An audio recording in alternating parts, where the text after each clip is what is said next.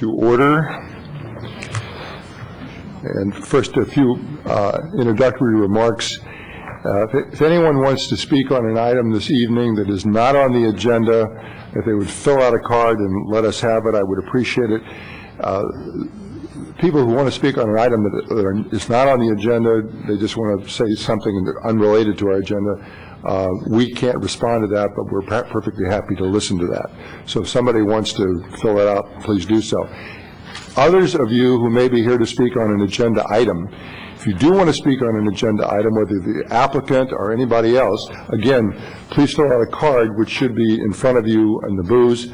Turn them over to the clerk, and we will call on you when we get to your item.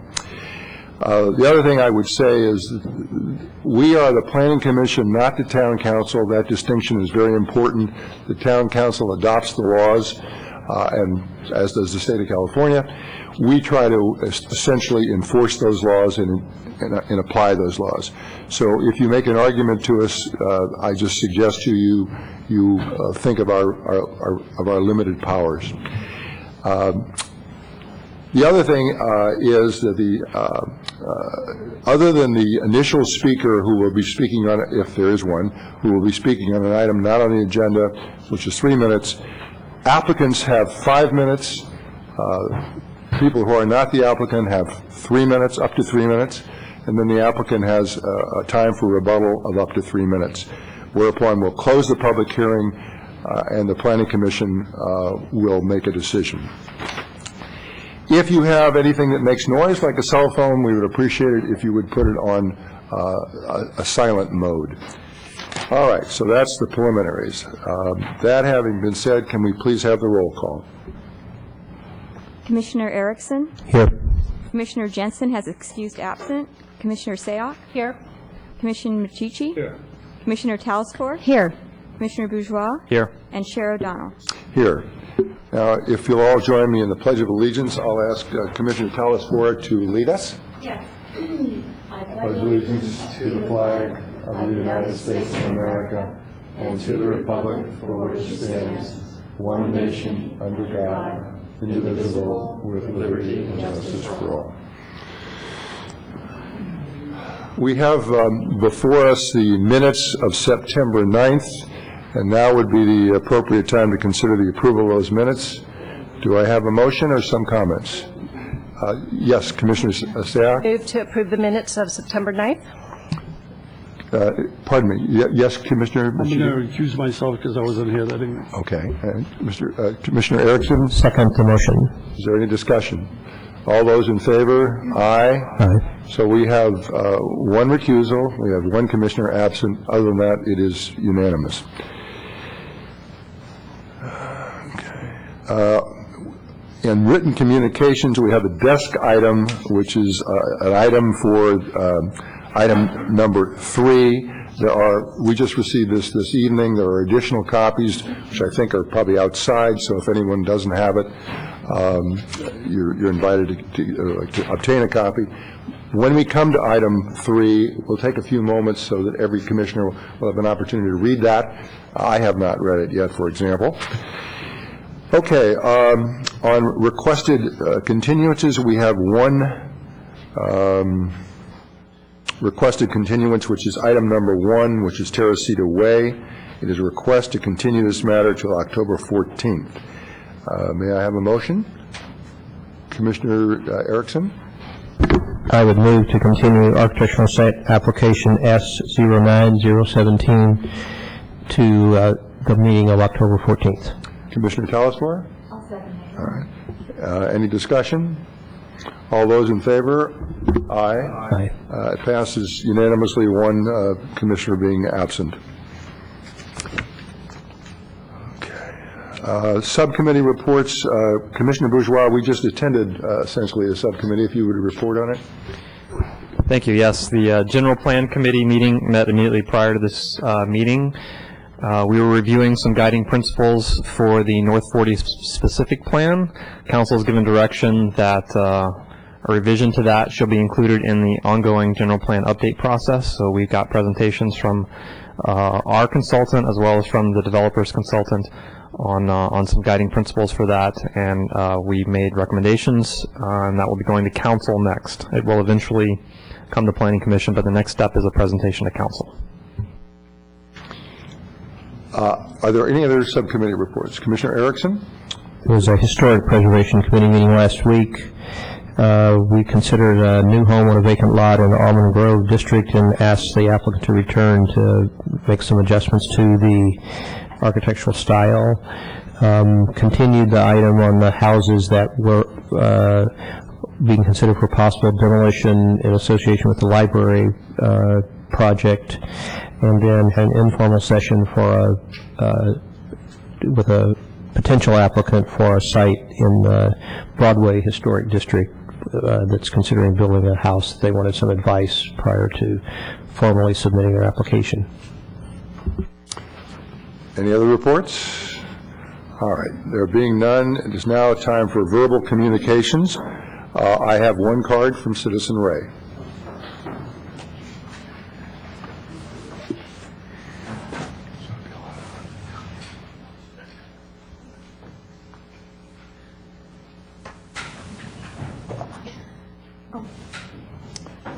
Yes, indeed.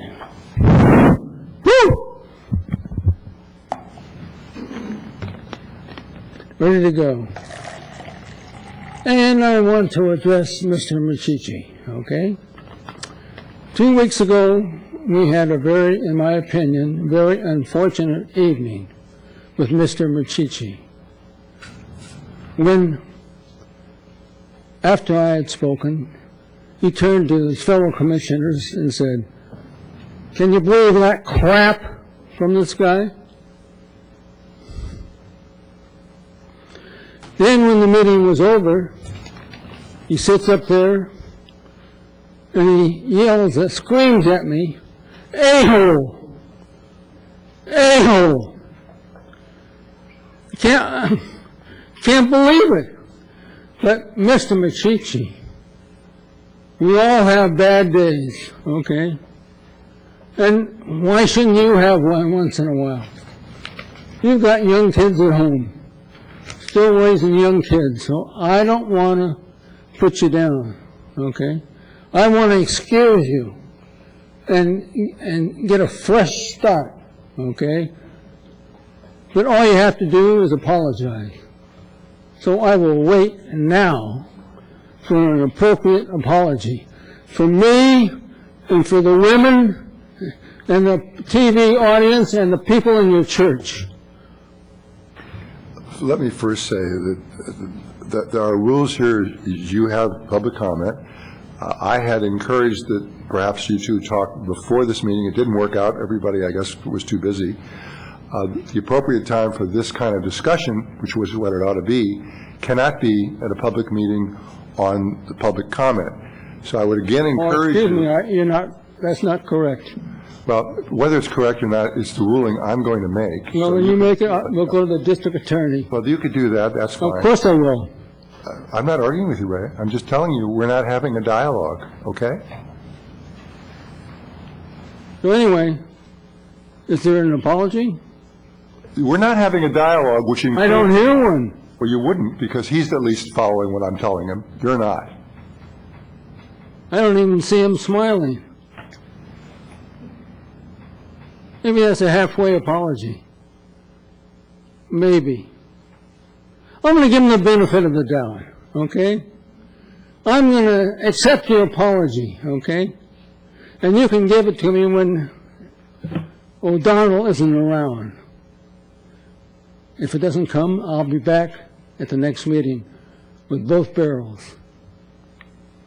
Thank you. Thank you. Now, wait a minute. It's still yellow. No, it's red. I mean, yeah, you took my time, you scoundrel. That's a lawyer for you, a real estate lawyer. Cheats. You have a way with words, Ray. Yeah, I know I do. Well, do I get some extra time? No. No, of course not. That's a real estate lawyer for you. Next matter on the agenda is item number 2. This is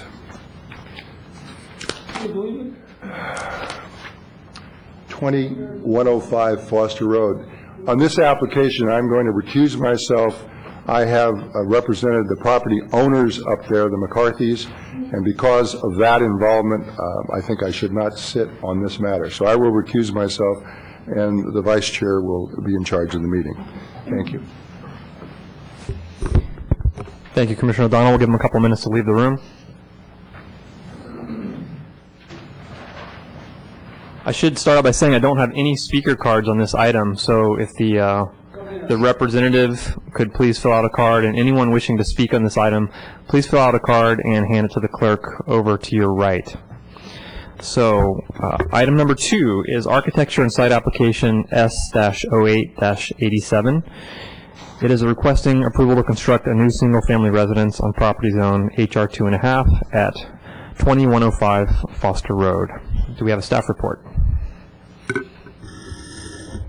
Ms. Davis will be presenting the report. Good evening. The Commission last considered this project in March of this year.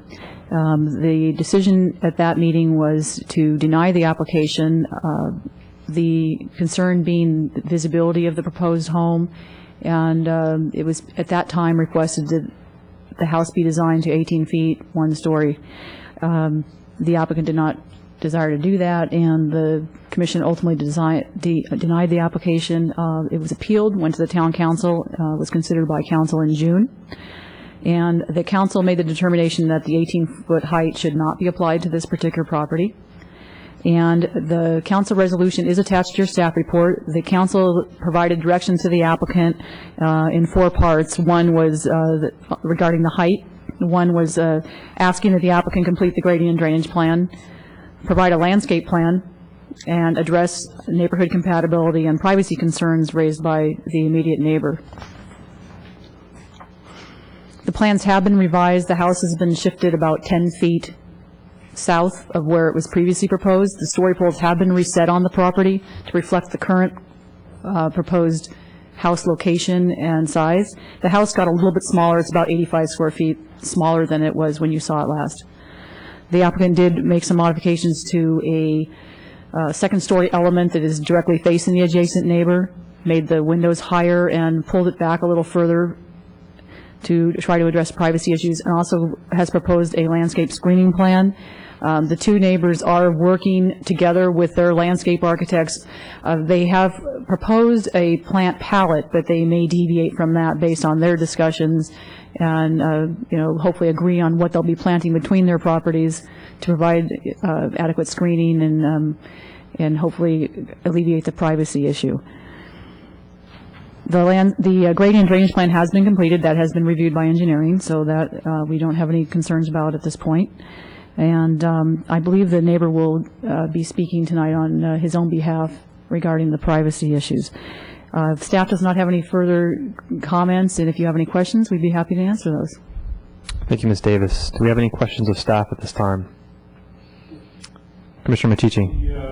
I note the council effectively didn't agree with the planning commission's finding on the height. Correct. As I understand it.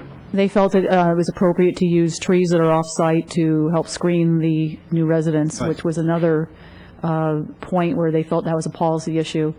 The other question, the question I had, though, was that visible homes on the hillside, if they're viewed from a designated platform, viewing platform, or if they're viewed from anywhere. I always understood it to mean they had to be viewed from specific platforms. The council did say that they felt it was most appropriate to use the established viewing platforms. They felt looking at it from Glenridge was appropriate. So that was the direction we received from council on that issue. And that's why the 18 feet. And yes, a couple of council members specifically commented that they looked at the site from down here and it from, just from a viewpoint, from a pedestrian level, they didn't feel that the house was going to be highly visible and that it was appropriate at the height was being proposed. Okay, thank you. Any other questions of staff at this time? Okay, I'm going to go ahead and call the applicant up. The only card I have from the applicant is a Greg Ng.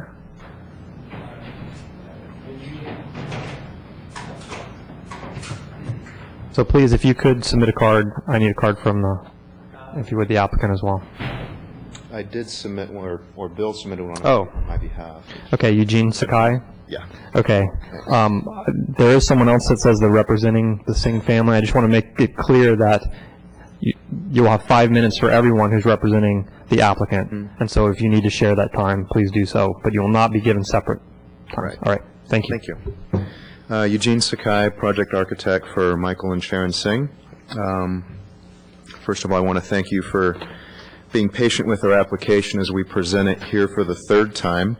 From our standpoint as the building architect, we've actually, I think, benefited from the added time to really study the building design. I think we're here presenting today a better project, an enhanced project, and one that fully addresses the issues and many of the concerns that have been raised throughout the earlier parts of the process, including privacy, which is going to be the focus of our discussion tonight between myself and the landscape architect. With the added time, we've been able to enhance the detailing of the building. I think we have a much richer building in terms of the aesthetics and kind of the custom look and feel. We have an upgraded materials palette. But really, as I mentioned earlier, the main thing I wanted to talk about tonight was the privacy enhancement measures that we've really worked hard on between our team and also Mr. John Brady's team in collaboration to provide an optimal solution for all. As staff mentioned, the primary point of contention regarding the privacy issue was really the west-facing second-floor office that overlooks the common property line. And so that's really where we spent the lion's share of our efforts in an attempt to mitigate this privacy issue. For one thing, we reduced the size of the room. We pulled it away from the common property line and the view by about 2 feet. We reduced the window area from the previous application. And I think most importantly, we actually shifted the entire building footprint back 10 feet away from the view. And because of the topography of the lot, that actually ends up nestling the building footprint and the building itself further down into what I'll call a very shallow valley. So in other words, the further back we go towards the street, the lower the house sits relative to the valley floor. The owners were willing to incur the extra expense of this move. By doing this, we had to actually build some retaining walls to kind of carve out some flat areas for parking. But as this was an important issue for our neighbor, Mr. Brady, that was something that the Singhs were willing to do. You should have in front of you some additional drawings that we were literally working on until just before I left for this presentation. And the first one, I think, is probably the most telling and the most informative. Can I stop you for a second? Yes. We don't have those drawings, is that correct? Or? Yeah, staff has not seen them either. They're presenting them this evening. Okay, let's go ahead and get those circulated. Okay. Stop the clock for a second while we get these handed out. Thank you.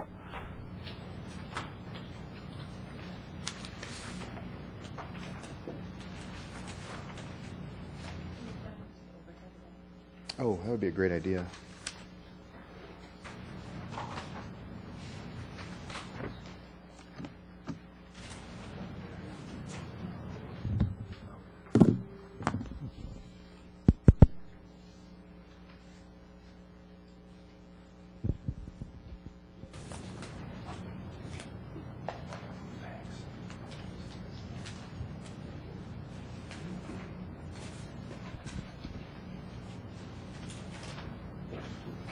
So whenever you're ready to start the clock. Yeah, thank you. So this is actually a section cut from that second floor study towards the common property line here. And in a moment, our landscape architect will discuss a little bit about the privacy screening that's been implemented.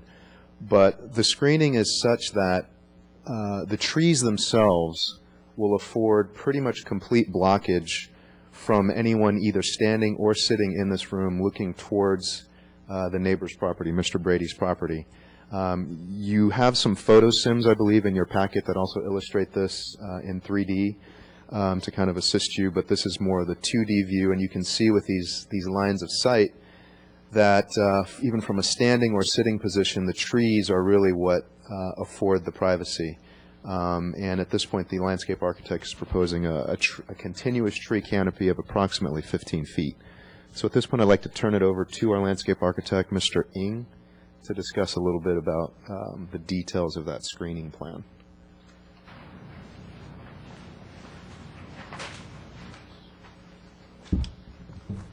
Good evening. I'm Greg Ng, a project landscape architect. Do you have that thing up?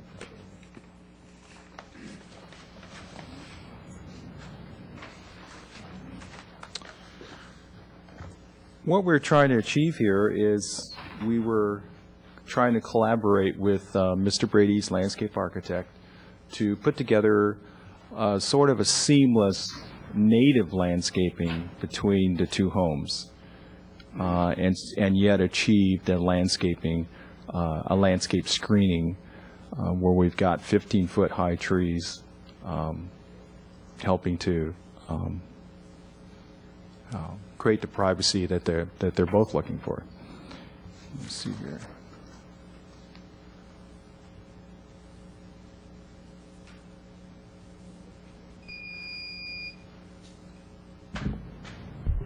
All right, well, that's your 5 minutes. So I'm going to assume there are probably going to be some questions for you, so why don't you stay put, and we'll see if there's any questions from the Commission. Commissioner Sayoc? In the documentation that was provided to us, there was a suggested screen planting list of 5 species, and I noticed that the 4 that you've presented to us today are different than the 5. And so I just wanted to ask for you to just explain the evolution, why you moved from these to these. You can do that.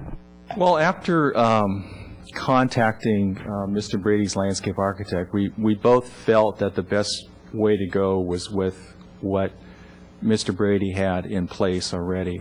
He's got native plants out there, and we wanted to basically take his native theme and sort of take that into the area in between the two homes. So we were trying to carry that same theme, that same look, into the area between the two homes, because there will be a 6-foot high wrought iron fence in between the two homes that are dividing the property, so you'll be able to look through that. So we thought that was a better way to go instead of the 4 recommended plants that we had initially. Does that answer your question? Follow up? So then would it be fair to say that, in your opinion, Mr. Brady and his landscape architect are also in agreement with the 4 suggested plantings on this list? Yes. Okay, thank you. Yeah, well, I'm sorry. He's in, he thinks that this plan, this second plan here is what we really should go with, and not the 4 that we recommended previously. Okay, so Okay. what was presented tonight? Exactly. Okay, thank you. Commissioner Talsfor, you had your hand up? She covered it? All right. We have any other questions for the applicant, whether the architect or the landscape architect? Okay, thank you very much. You'll have a chance to rebut after we hear from the public. So I only have 2 cards. The first one is Mr. John Brady. You will have 3 minutes.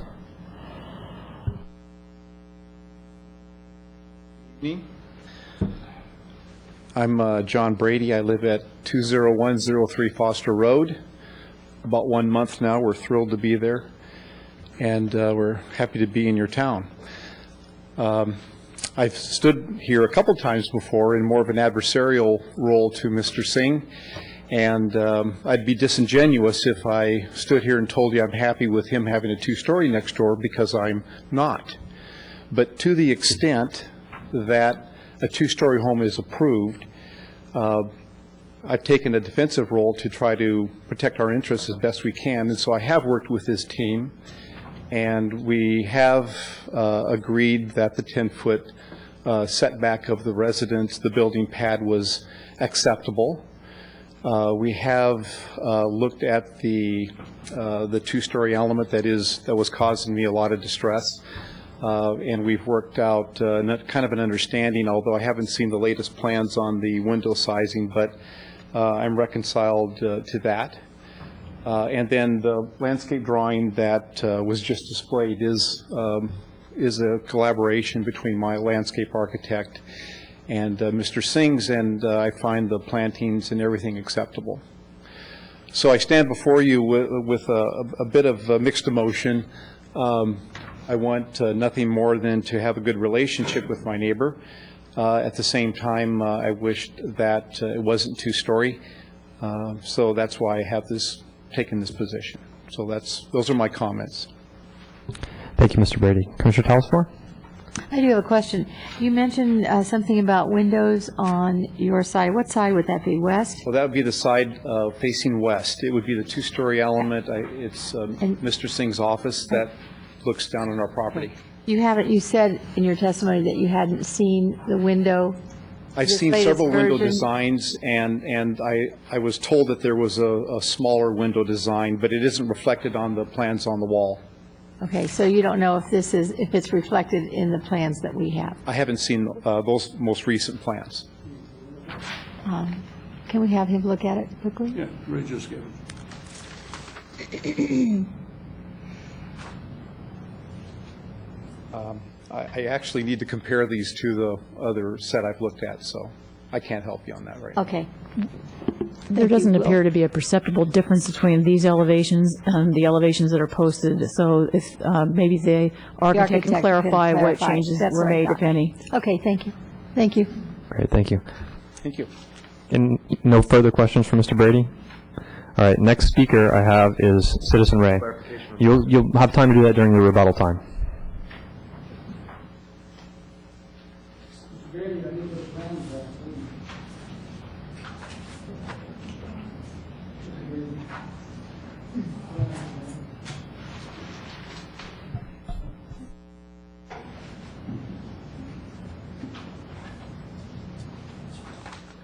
Yes, speaking as a public interest guy, the one man in Los Gatos, or woman, that represents the homeowner viewpoint. One man for 30,500 people. It's a heavy load. But I can do it. Because I have over 40 years experience doing exactly this. And I want to tell you, from what I see here on the western elevation, the second story, the windows are a problem. And there's such a simple resolution to this lack of privacy that these windows foretell, okay? Clerestory windows. You got 6 windows here that vary in size, and they're all too big. You put a long, narrow, clerestory window in place of one for, put 6 of them in. And it takes a 7-foot individual to be high enough to look out down on the neighbor. So clerestory windows will, in effect, give you the desired privacy that Brady has been looking for. And these plans don't allow it. So I'm speaking in Mr. Brady's interest. I hope you understand, Mr. Brady, what a clerestory window is. And I hope you folks, our new man, understands what a clerestory window is. I'm sure he does. Charles Erickson, good man. Lastly, and most important, in Orinda, for years where I operated first or second, whenever we had a cut pad lot like this, it was already done. All right, cut pad. What we demanded on the hillsides, if somebody wanted to do a second story, that was okay, as long as the second story was to the rear of the lot, okay, and one story was to the front. And the roof would typically replicate the missing dirt, the missing natural terrain, and it was beautiful. And this is almost there. The roof format is not quite replicating the slope that was there before, okay? All that was taken out when that cement building was put up for the sisters and their teaching, okay? So when that huge cement building was taken down, you were left with a cut pad lot, period. Thank you. So I think this is not a bad approach. Thank you, Mr. Davis. Okay. Any questions? Seeing none, the applicant can now come up and have your rebuttal time.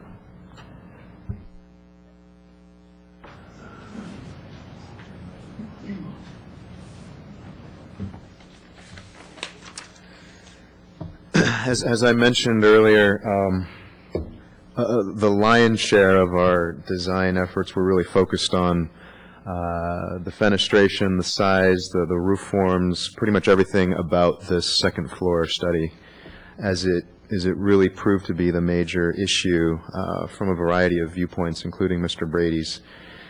We looked, by my own estimate, probably at a dozen or more different window configurations on this. What we ultimately concluded is probably best captured in the section cut that I was pointing to earlier, and the one that was handed out to you just now, which is that, assuming that we do have some windows in this room, and that it's not just a blank-walled room with no view out, that the size of those windows, the sill height of those windows, the location of those windows, with respect to the privacy issue between Mr. Singh and Mr. Brady, was really not driven by the windows themselves, and it was driven by the privacy screening. And that was the purpose of the diagram that you see before you. The 15-foot tall tree canopy is really the element that is providing the privacy between the two houses. The landscape architect, the both of them have actually designed the tree screening in such a way that it staggers across the property line, the common property line. So in effect, you're getting more of a naturalistic effect as opposed to a soldier course. You're getting more of a flowing, irregular layout of those trees. And the intent of the Singhs with those trees is to plant large mature trees. They're even open to planting those trees well in advance of construction beginning. Even this month perhaps, to give those trees maximum time to mature before the Singhs move in and occupy the residence. And so after all those iterations and configurations of the windows, that's why we ultimately decided that more or less what we did with those windows was immaterial with respect to the privacy issue. The view lines are such that someone sitting or standing in that room will be able to see over the tops of those trees above the roof line of Mr. Brady's property and off into the horizon, and that's exactly what our client wanted. And where the windows really fall, as I've said, is kind of immaterial to that discussion. So to close, the windows as proposed in the drawings you see before you that were handed out tonight are slightly larger than the windows on the wall and previously handed out. Great, thank you. Do you have any questions of the applicant? If Commissioner Telesford, do you? Yeah. Mr. Sakai, if you could return to the podium, the commission has questions.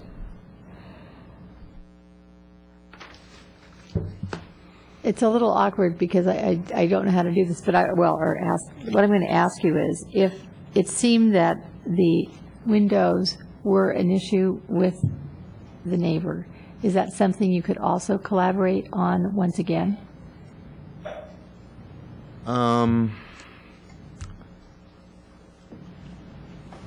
Certainly, I think it's something we could discuss. Mr. Brady had not really had the benefit of seeing this latest round of revision prior to tonight's meeting, so I think in the interest of full disclosure and openness and transparency, that discussion can continue.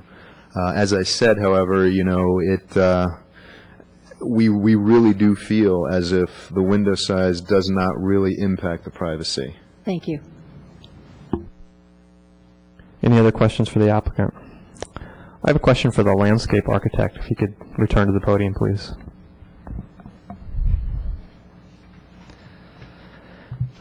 So one of the directions that we were given by council, or the applicant, when this was remanded to us, was to provide a landscaping plan. And I like the changes I've seen between the first one and the second one going into the native plants. We actually have a list in our hillside standards and guidelines of recommended plant species. And apart from the screening plants, there's not a plant palette on your plans. So I was just wondering if you could describe your landscaping concept and your approach, because it's one of the 4 items that you were directed to address. So since there are no plants on the plans apart from the screening trees, I was just curious what you're planning to do. Actually, if you look closely at the latest landscape plan, there are shrubs that are in between the trees. Here we go.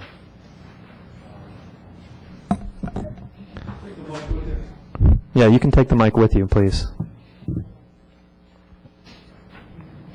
Let's see here. I believe these are called out right here. All these shrubs that are in here and here, they've been called out as native California shrubs. Let's see, this is called out here. Yeah. This is called out here. Thank you. I see that now. I haven't had much time to look at it. I guess my real concern is that our hillside standards prohibit large formal landscaping areas.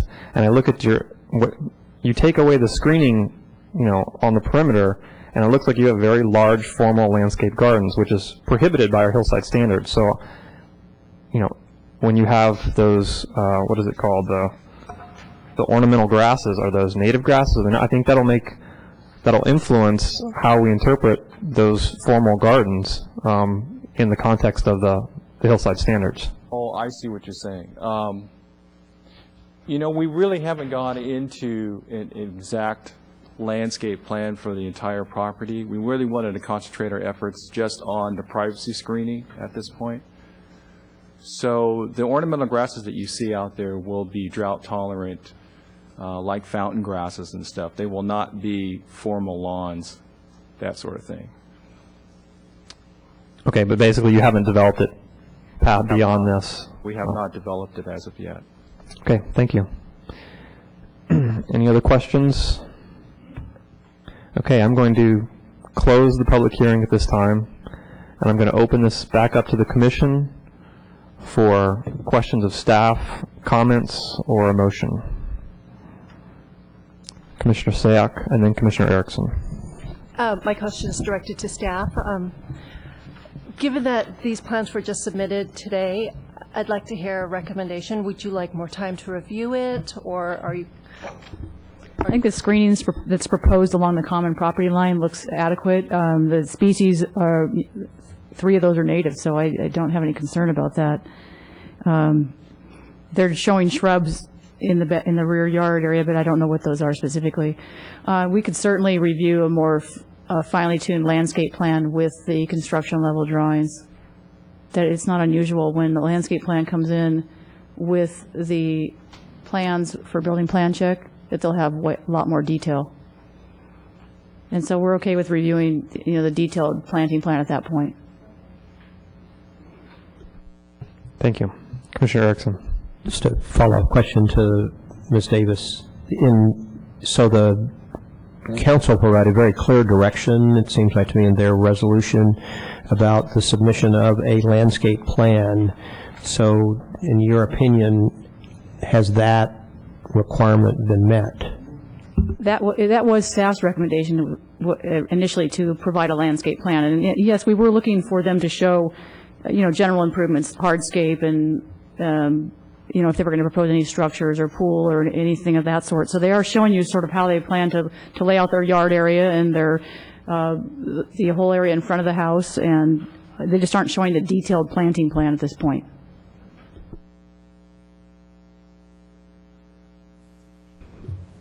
Yeah, Mr. Commissioner Erickson, please So follow it up. generally meet the intent. I think it meets the intent. Okay. And as Mr. Ing stated, the primary focus was to make sure we got adequate screening between the two properties. Commissioner Telesfor. So as another follow-up, the fact that the neighbor, Mr. Hardy, had not seen the windows, the new window treatment, and I don't know that they've had a chance to talk about that. Could that also be something that staff would be comfortable seeing through? You can either approve the plan that was actually put before you initially with the windows shown on that set, or I don't want to get it into a mediator role if we can avoid it. No, I don't want you to. I don't know how to handle We'd this. like the applicant and neighbor to agree on it, but Right. what happens sometimes is if we word a condition that they work together and then they can't agree on something, then it gets kind of difficult. So I'm not quite sure how to condition that in a way that we can actually enforce it. Thank you. Neither am I. Okay. Anyone else have any comments they'd like to make, or? We have 4 items we need to address. Completing the grading and drainage plan, provide a landscape plan, address the neighbor's privacy concerns, and address neighborhood compatibility. So those are the 4 topics I'd like to hear some discussion or a motion on. Commissioner Erickson? I'll take a whirl at moving this along and submit a motion. So I would move to approve architecture and site application S0807 for the property located at 2105 Foster Road, on which the owner is requesting construct a new single-family residence subject to the conditions in Exhibit 3 of the staff report, amended with the drawings submitted tonight. In support of that motion to approve the application, I can make the following findings. First, that the project is categorically exempt pursuant to Section 15303 of the State Environmental Guidelines as adopted by the town, since it's a single-family residence that does not involve grading on slopes greater than 10%. In addition, as a note of information, the environmental impact report was prepared with the planned development and was certified by the town on June 2nd, 2008, so likely no other environmental analysis is required for the individual lot development. Second finding, the project is in compliance with the Plan Development Ordinance 2088 adopted on July 2nd, 2001, governing the site, and that all of the conditions outlined in that ordinance have been complied with.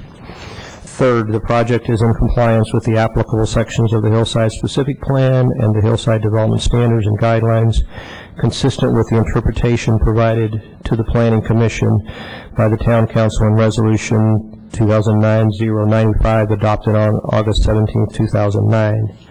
Fourth, as required by Section 29.20.150 of the Town Code, the project is consistent with the applicable considerations for approval of architectural and site applications, including those related to traffic, landscaping, site layout, drainage, and architectural design.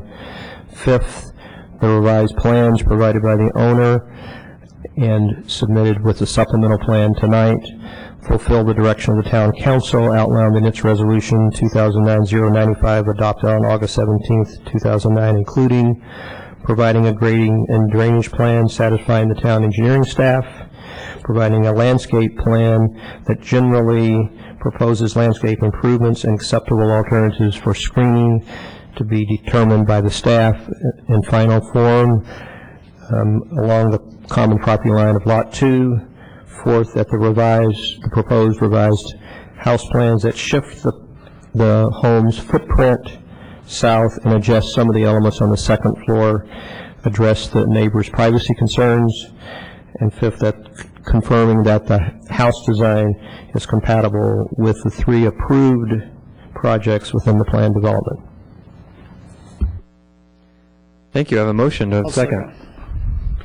So just for a little more clarity on that very comprehensive motion, we have designs in front of us, and the landscape plan and the window treatments are as per the item we got this evening?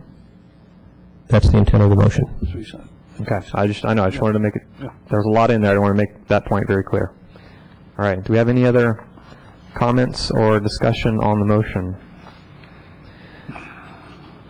Okay, I have a comment. I agree with about 95% of that. The problem I'm having is finding that the landscape plan is consistent with the Hillside Development Standards and Guidelines.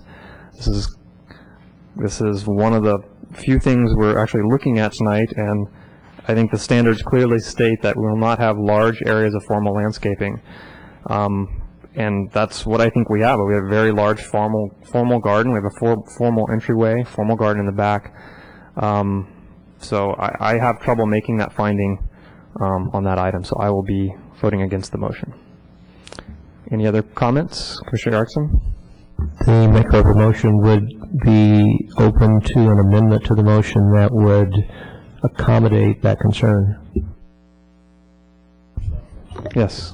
Commissioner Machici. When the final landscape drawing comes into you, do you look at it relative to the standards? I mean, and are you in a position to say, no, you can't do that?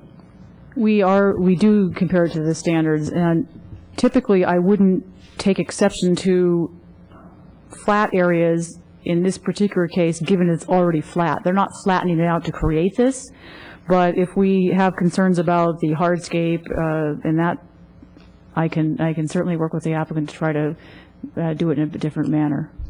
Okay, so you have the right to reject. And we would normally would not want to see ornamental. Yeah, normally we don't want to see ornamental planting more than 30 feet away from the house. Right. Okay. Then I have no problem with it. Getting back to your point, Commissioner Erickson, I don't think there is anything you could do in your motion to. I would probably want to remand it and see it again. I mean, if we look at adjacent parcels, they actually decontoured. It was a flat pad, and they actually added some contours back and planted it almost entirely with natives to restore, some habitat on the hill slope, which is the intent of that section of standards. So that's. I can separate this out. I don't think my concern can be addressed through a modification of your motion. I was going to suggest you could approve the project and require the landscape plan to be revised and come back as a separate item, if that would make it. Sure, we could bring it back on the consent calendar. Consent? Sure. Yeah. How's that? John, That would satisfy me. Okay. But it's your motion. Since I have a second, can I ask a question? Yes, Commissioner Machici. What kind of delay would that represent to the? I don't think it represents a delay. If his house plans are approved, they can proceed with working drawings and submit for a building permit once the 10-day appeal period's expired. So, Commissioner Erickson. So without trying to do too elaborate of an amendment, let me see if I can give a whirl at, so that the motion would be amended to include that specifically the landscape plan would be brought back to the commission so that it was clear that the final landscape plan would be consistent with the hillside standards. Under consent. Yeah, as a consent item, yeah. Okay. Seconder agrees. Okay, any further comments? All right, call the question. All those in favor? Aye. Aye. Opposed? None. Passes 5-0. There are appeal rights on this? There are. Anyone dissatisfied with the decision of the Planning Commission can appeal the decision to the Town Council. The appeal must be filed within 10 days. It must be filed upstairs in the Clerk Department. There are fees for filing an appeal. All right. Chair O'Donnell is in the back, hopefully listening to this, and will return in a couple minutes. So we'll take a 5-minute recess for him to return, and we'll resume the meeting at that time.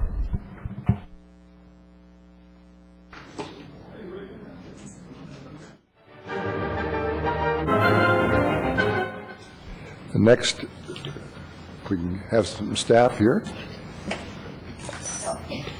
Thank you. All right, we're in item 3. And this is 517 and 615 Blossom Hill Road and Placer Oaks Road. So I would ask for a staff report.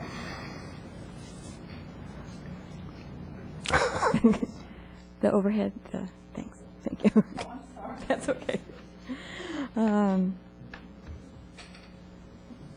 the overhead, just to give the commission as well as the audience a perception of what projects we're dealing with, the boundary outlined in red is the boundaries of the properties under the current plan development, and the properties in black are the proposed plan development. In 2001, the Town Council approved a general plan amendment for the 3 vacant parcels from low-density residential to medium-density residential. Council also adopted ordinance number 2081 for a plan development for the 3 Placer Oaks properties and the properties at 517 and 615 Blossom Hill Road to construct up to 49 apartment units and a recreational building. 3 of the 5 parcels are owned by different property owners. In 2003, Council adopted Ordinance 2122 to amend the original PD ordinance. Both PD ordinances are currently valid. In 2003, the Planning Commission approved an architecture and site application to construct the 49 units and the recreation building. Due to the soft market for apartment units, the applicant did not vest this approval and requested and received approval for 2 separate time extensions for the architecture and site application. The last time extension expired on April 17th of 2008. It is staff's understanding that the 3 property owners have decided not to pursue the apartment project given the continued soft market for apartment units and due to the changing interest among the past and current property owners. The applicant is now requesting approval of the following: to rescind ordinances 2081 and 2122 and establish a new plan development for the vacant parcels which have access from Placer Oaks Road. A general plan amendment from medium-density residential to low-density residential for the Placer Oak properties. A zone change from RM 5-12 PD to RM 18 PD for the Placer Oaks properties. A 9-lot single-family subdivision which equates to a density of 2.94 units per acre. The applicant is proposing to pay the in lieu BMP fee. The lots will range in size from 5,214 to 25,567 square feet. Houses will range in size from 2,700 to 3,000 square feet, and they will all have a 2-car garage. There will also be an open, undeveloped lot of 14,606 square feet, which is noted as Parcel B on your development plans. The project was considered by the Conceptual Development Advisory Committee and the General Plan Committee, and their comments are noted in your report. The plans were reviewed by the town's consulting architect, a geotechnical consultant and arborist, and a traffic and noise consultant. The noise consultant is present tonight in the event the Commission has any questions regarding this matter. An initial study and a mitigated negative declaration were prepared for the project by the town's environmental consultant. There is a desk item on the matter, and it's regarding a concern that a neighbor has regarding the headlights from the vehicles leaving the subject site when it is dark, which could illuminate their residence. Realignment of the project street westward at this intersection to reduce this effect was evaluated by the consulting arborist, but it was determined that such alignment could significantly impact a large oak tree, which the consultant felt was worth retaining. The neighbor is requesting that the road be realigned to reduce the illumination impact, and the applicant is willing to realign the road if the town determines that the realignment should be pursued. In summary, the proposed general plan amendment to low-density residential would convert the general land use designation to what previously existed prior to the PD. The only available access to the site is from Placer Oaks Road. Therefore, the proposal for detached, single-family housing is compatible with the existing land use in the Placer Oaks neighborhood and would be consistent with the land use element of the general plan in regards to maintaining the character and compatibility with the existing neighborhood. An extensive traffic analysis was conducted based on past neighborhood concerns associated with traffic. The analysis concluded that the trip increase was statistically insignificant and that none of the surrounding roadways would experience a noticeable increase in traffic with the addition of the proposed project. Staff therefore recommends that the Commission should forward the project to the Town Council with a recommendation that the existing PDs be rescinded and for approval of the proposed general plan amendment and the plan development. And that concludes staff's presentation. Are there questions of staff? Commissioner Machici? Clarification, this is effectively asking for a new PD, is that correct? That's correct. Okay, and rescinding the old one. Correct. As part of a PD, I guess they can exceed the FAR on properties, individual properties? Yeah, PDs are their own ordinance. They create their own development. They have their own rules. Okay, so, but could the FAR be applied to the PD in the discussion on it? Yes, it could. Okay, so there's a request here to exceed FAR in certain cases, in certain lots. For certain lots, but some of the lot size are also smaller. So, I mean, the report notes what deviations there are in the project if it was a normal subdivision. All righty. Yes, Commissioner Bourgeois? I have one quick question, then I want to follow up on what Commissioner Machici said. Are there special findings we need to make to recommend rescinding an ordinance? Or is that just a recommendation, or? It's just a recommendation. Just a recommendation, okay. And it'd be a finding of, through all the things. All the other findings, okay. But there's no additional special finding to rescind an ordinance? That's correct. Okay. Following up on this PD issue, I know there's sometimes a certain size of projects where the town actually recommends a PD. Maybe, is that the case for residential? I thought that was just for commercial. No, we've done PDs for residential. This one cannot conform to current town standards due to mainly the road access to the site. So it cannot accommodate a standard road size. Okay, and so that's where the exceptions to the underlying zone. That's one of the exceptions. One of the exceptions. But the zoning they're asking is actually reverting back to what it was before the previous PD. That's correct. That's correct. Okay, thank you. Was there another question? Commissioner Sack? Actually, it was to follow up on that thought also. So we are rescinding a previous PD, creating a new PD for only that portion in black, and then the 615 Blossom Hill Road and 517 reverts back to what it was before. Correct. Okay, thank you.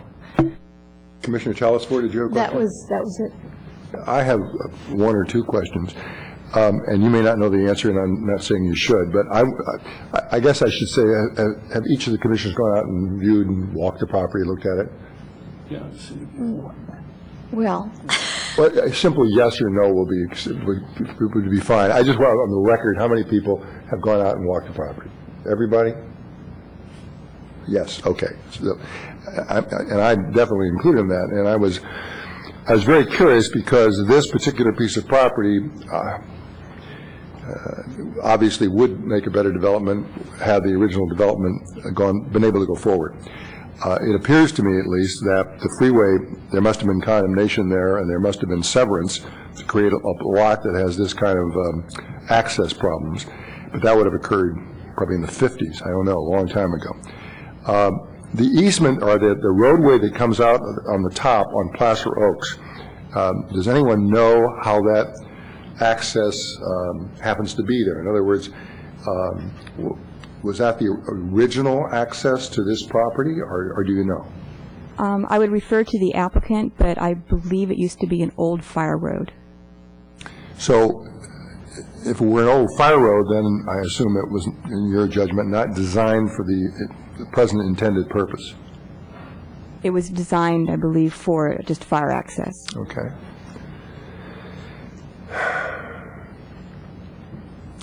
And if I understand the report correctly, the plan that did not go anywhere was to provide access. There are three possible accesses to this property, I guess.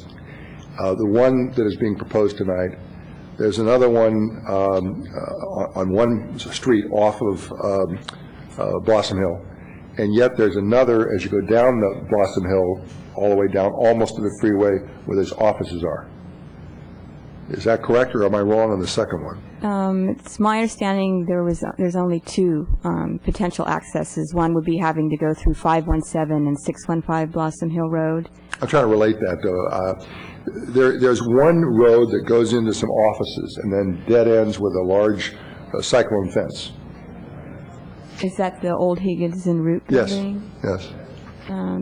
That's not what you're talking about, is the second access. Correct. Okay, but that is the second access. I mean, if you go down there and walk, you can see that there is the large cyclone fence, but I've walked that property, and it's clear that if a road would go right straight through there, but you're not considering that. And then secondly, the plan to put these two other owners together would have extended an existing road down into all three of these properties, I guess. Is that right? Yeah, for your second comment, that is correct. And for the old Higgins and Root site, I'm not, the applicant might be able to respond. Yeah, okay, I'm just trying to get some background before we ask the applicant. All right, any other questions? Commissioner Erickson. Can I ask Ms. Bailey a question?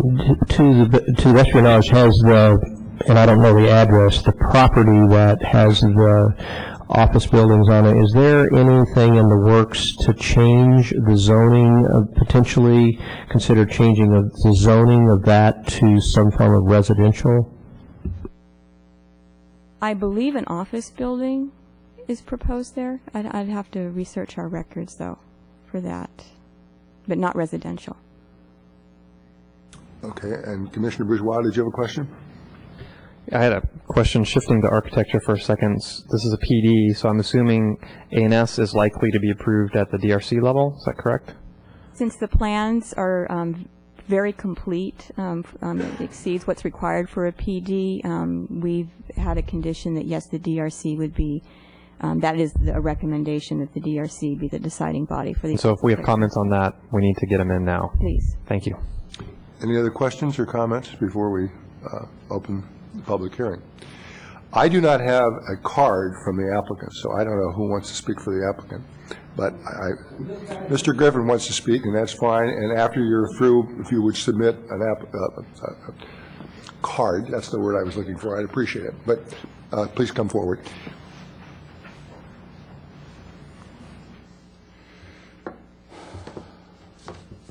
And let us have your name and your address. Yes.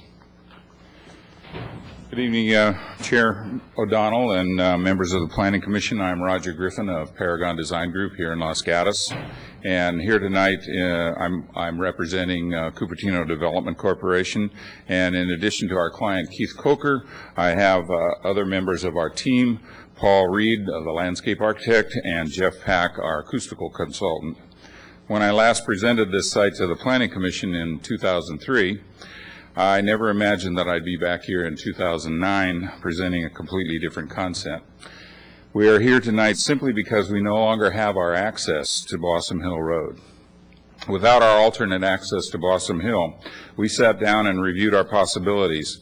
To ask for the 39 approved apartments to have access to Placer Oaks seemed like an insane idea, and we quickly eliminated that possibility. With the medium density designation of RM 512 on 3 acres, the minimum number of units that we could build would be 15. Again, we believe that this number 15 were too many homes to be built and not compatible with the neighborhood. To receive your approval of the 9 proposed residences, we need to rezone the property to low density designation. We believe that the 9 homes is not only compatible with the neighborhood, but is also compatible with the lower portion area of the site, where we can build without necessitating the removal of additional significant trees.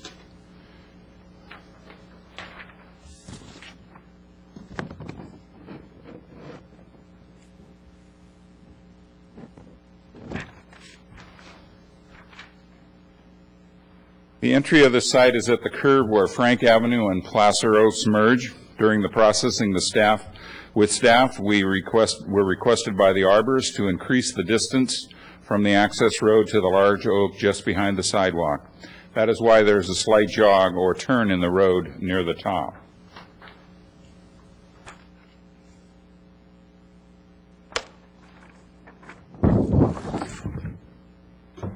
We are not cutting a totally new road onto the hillside, but instead we are widening an existing roadbed. In order to minimize the width of the roadway improvements, we have eliminated a sidewalk along the length of the access road. Instead, we are proposing a floating path or stairway which does not remove any trees. Let me try something better than that. It's not showing up very well. Is that better? During the ANS process, we can define more precisely the descent, as it is our intent to build the walkway of decay-resistant recycled materials that will float above the ground on piers to minimize both the grading and foundation intrusion to the trees on the hillside. Along the roadway, there are no sloping cut banks, as we are using stone-faced retaining walls, again, to minimize the effect on trees. These individual homes are designed with a courtyard to shield the outdoor living space from the freeway-generated noise. These homes are over 60 feet below our neighbors on Frank and Placer Oaks. Windows that are in the line of sight of the vehicles on 17, those on the second floor, will have alternate ventilation that minimizes the need to open the windows. In addition to mitigation measures in the home, we are proposing a sound attenuation structure along the freeway that consists of a combination of landscape burn and precast concrete sound wall on the top.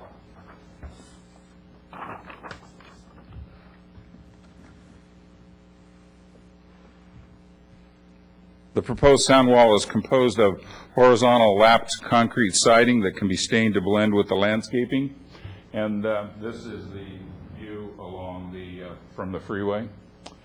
And the sound wall is set back from the property line to allow for planting and trees in this setback area to augment the existing vegetation of the state highway right-of-way.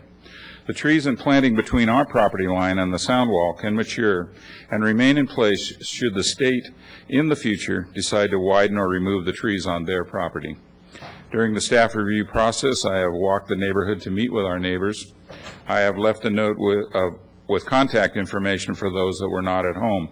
On several occasions, I have met with Mr. and Mrs. Sharon, and they are most affected by the headlights of autos exiting from these proposed homes. And I can illustrate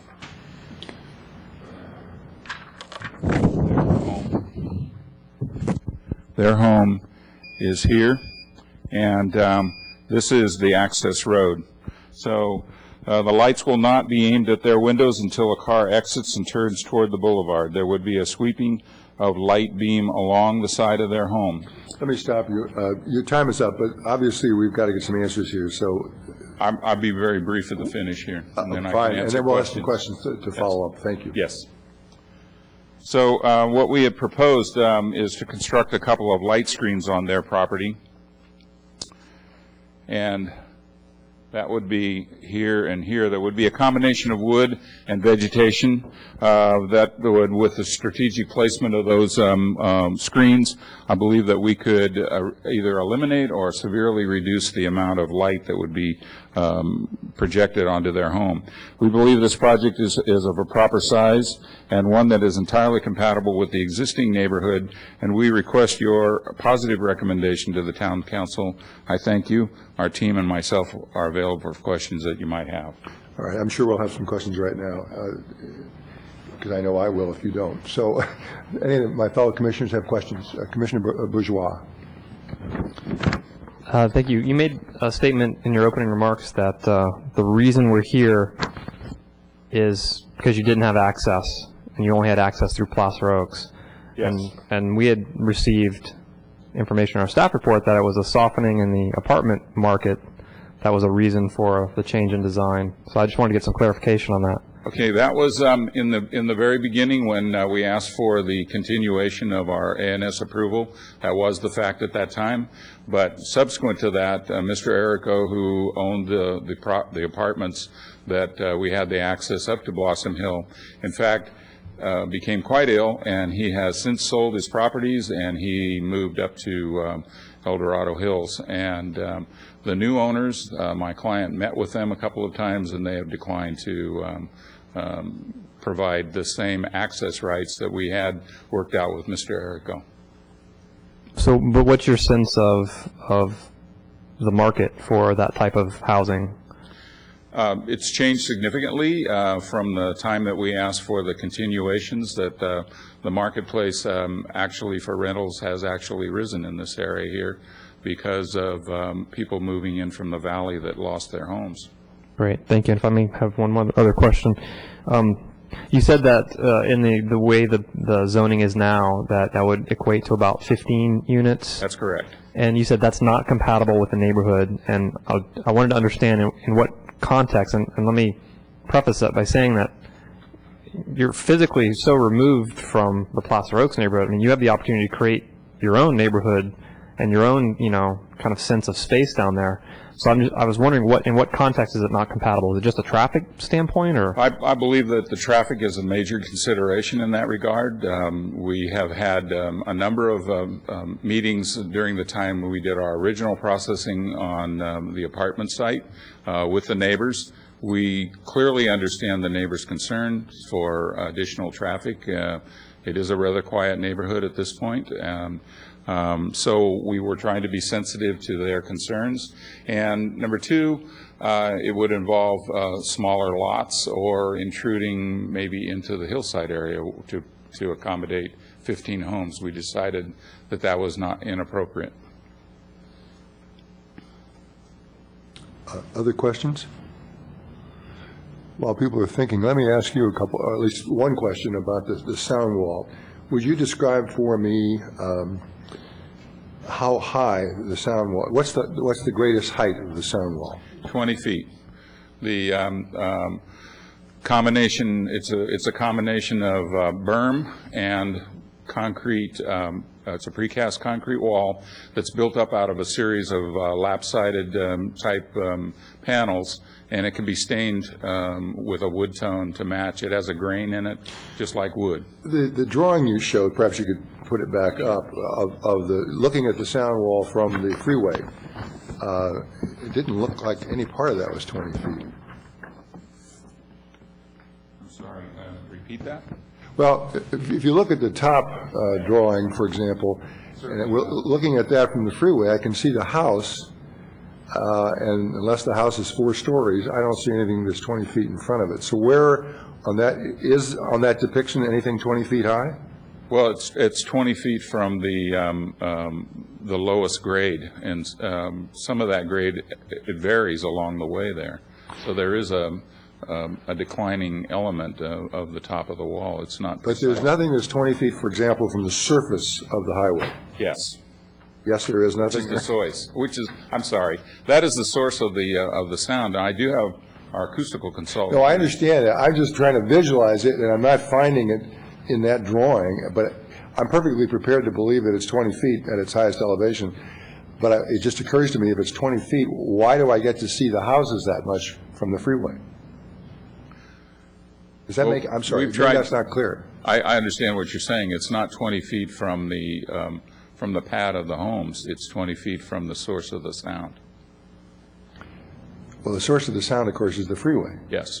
And so if it's 20 feet from that source, it would be 20 feet higher than the road surface. Correct. And then that has some places where it slopes down, some places it slopes up. But nowhere in your drawing is there anything that appears to, that's a 2-story house, I guess we're looking at. Yes. And so how high is a 2-story house? Oh, you're dealing with, to the eave line is going to be around 24 feet, something like that. Okay, and when I look at that picture, more than half of it is exposed above the wall. The original sound report called for a wall that was 35 feet high, and the town council at that time said, no way are you building a 35-foot high wall. And so the 20 feet was arrived at as a moderated height. But is that drawing representative? That drawing represents that 20 feet, yes. But if I scaled it, it doesn't seem to work, does it? I mean, how can you say that's a 20-foot fence and a 24-foot house behind it when I can see 15 feet of the house? Well, what I'm saying is that the 20 feet is from the roadway surface And the roadway is below our property in many locations along there. Apparently, all the locations on that Quite- drawing, but quite a that's bit. fine. I hear what you're saying. Okay.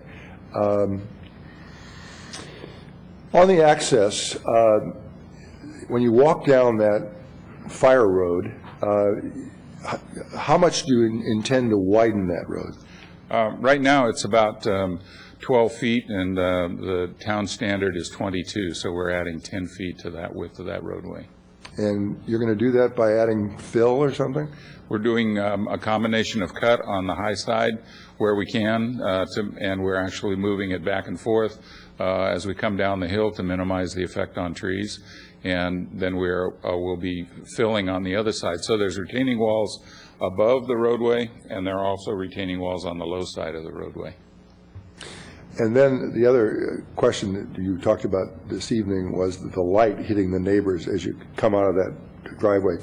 I understood your suggested solution, but I also had heard, I guess, from staff that but for the oak tree, or but for the town's comments about the oak tree, you were prepared to move the access so that the headlights would not directly impact We the house. actually originally had it designed where it was more aligned with Frank Avenue.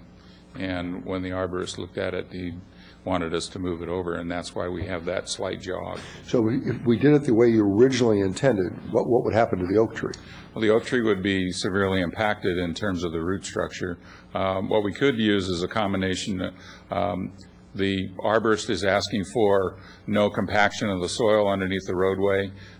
There may be some material that we might be able to use that's more of a interlocking paving stone that might be able to eliminate some of that compaction, but just the fact of vehicles driving over that roadway on a continuous basis is going to have some compaction to it. Certainly the sidewalk that comes out can be done in a manner that doesn't involve a lot of compaction. And one other question, because you've been very involved in the project for a number of years. When I was trying to describe what I perceived to be three possible accesses to this property, and I was talking the road that used to go into what was then Higgins and Root, have you ever explored that as an access? Well, when the 18 units were put in at the bottom end of the Erico property, at that time I'll call it Erico for lack of a better term, the town required a dual access to that property at that time as a multifamily. And there was an emergency access that was granted from the Higgins and Root, which owned the property at that time. And so there is an emergency access only controlled through that property from the 18 units. It's not clear. It's definitely not a basic access that would be allowed for everyday access. It is simply for emergency use, emergency vehicles to have an alternate way into that. And who owns the property over which that right-of-way extends? You mean the Higgins and Root property? Yes. I'm not familiar with who owns that at this time. I think it must be the heirs from Higgins and Root. I'm just wondering, has anybody talked to the owners about extending the road so that you could access your property other than from going up above? We have had conversation, Mr. Erico had conversations with the owners of that property, and it went something like, the town screwed me on what I could have on that property, and I'm not going to do anything to benefit the town.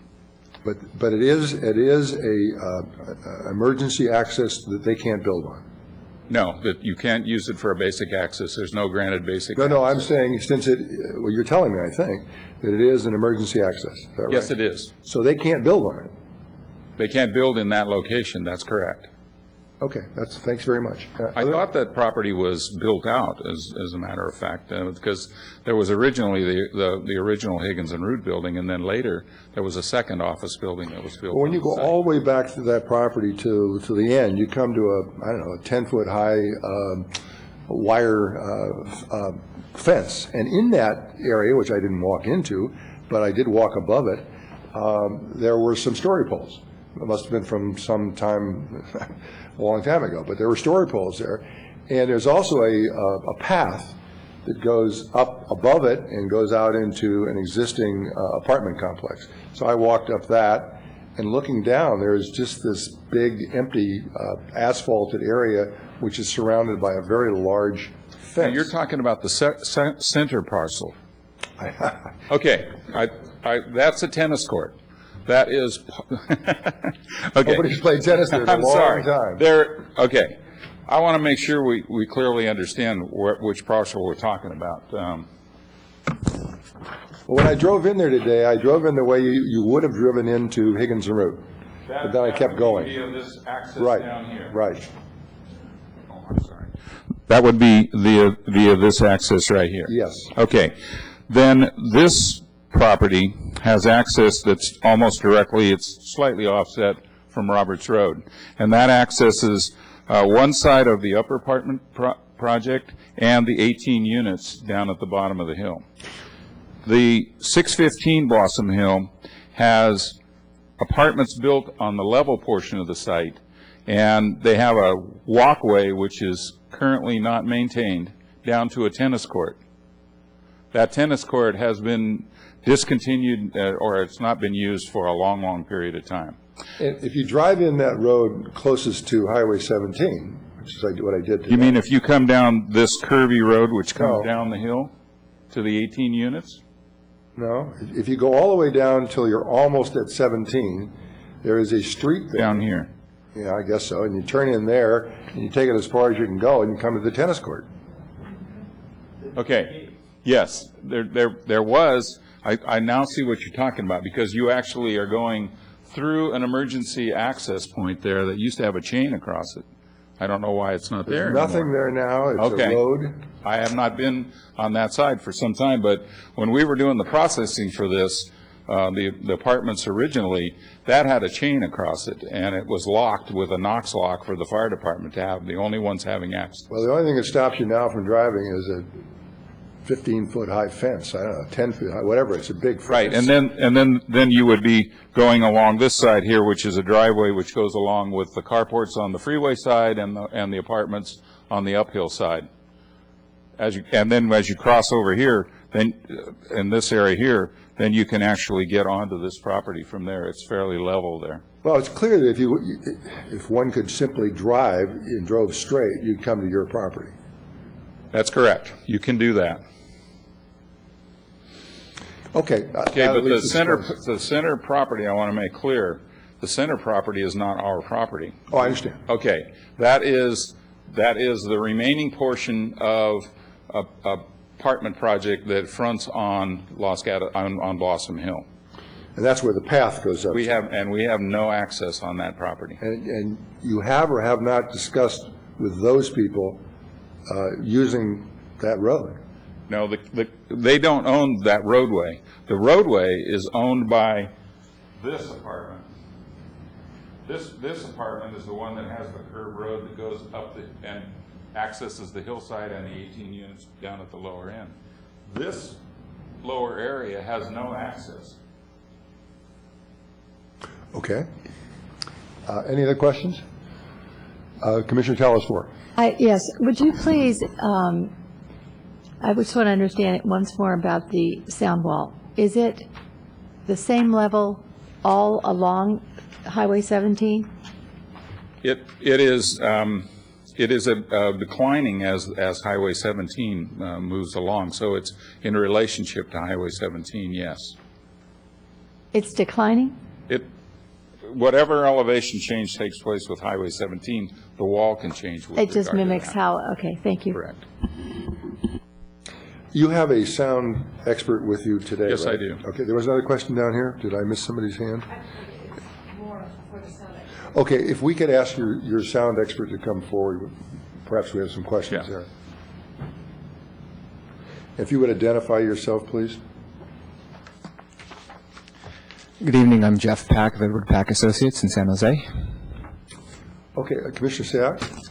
So this pertains again to the wall. From what I understand, the 20 feet height is to mitigate the noise coming from the freeway.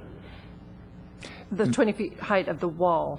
That's correct. The actual specified height of the wall is 12 feet in relation to the nearest building pad.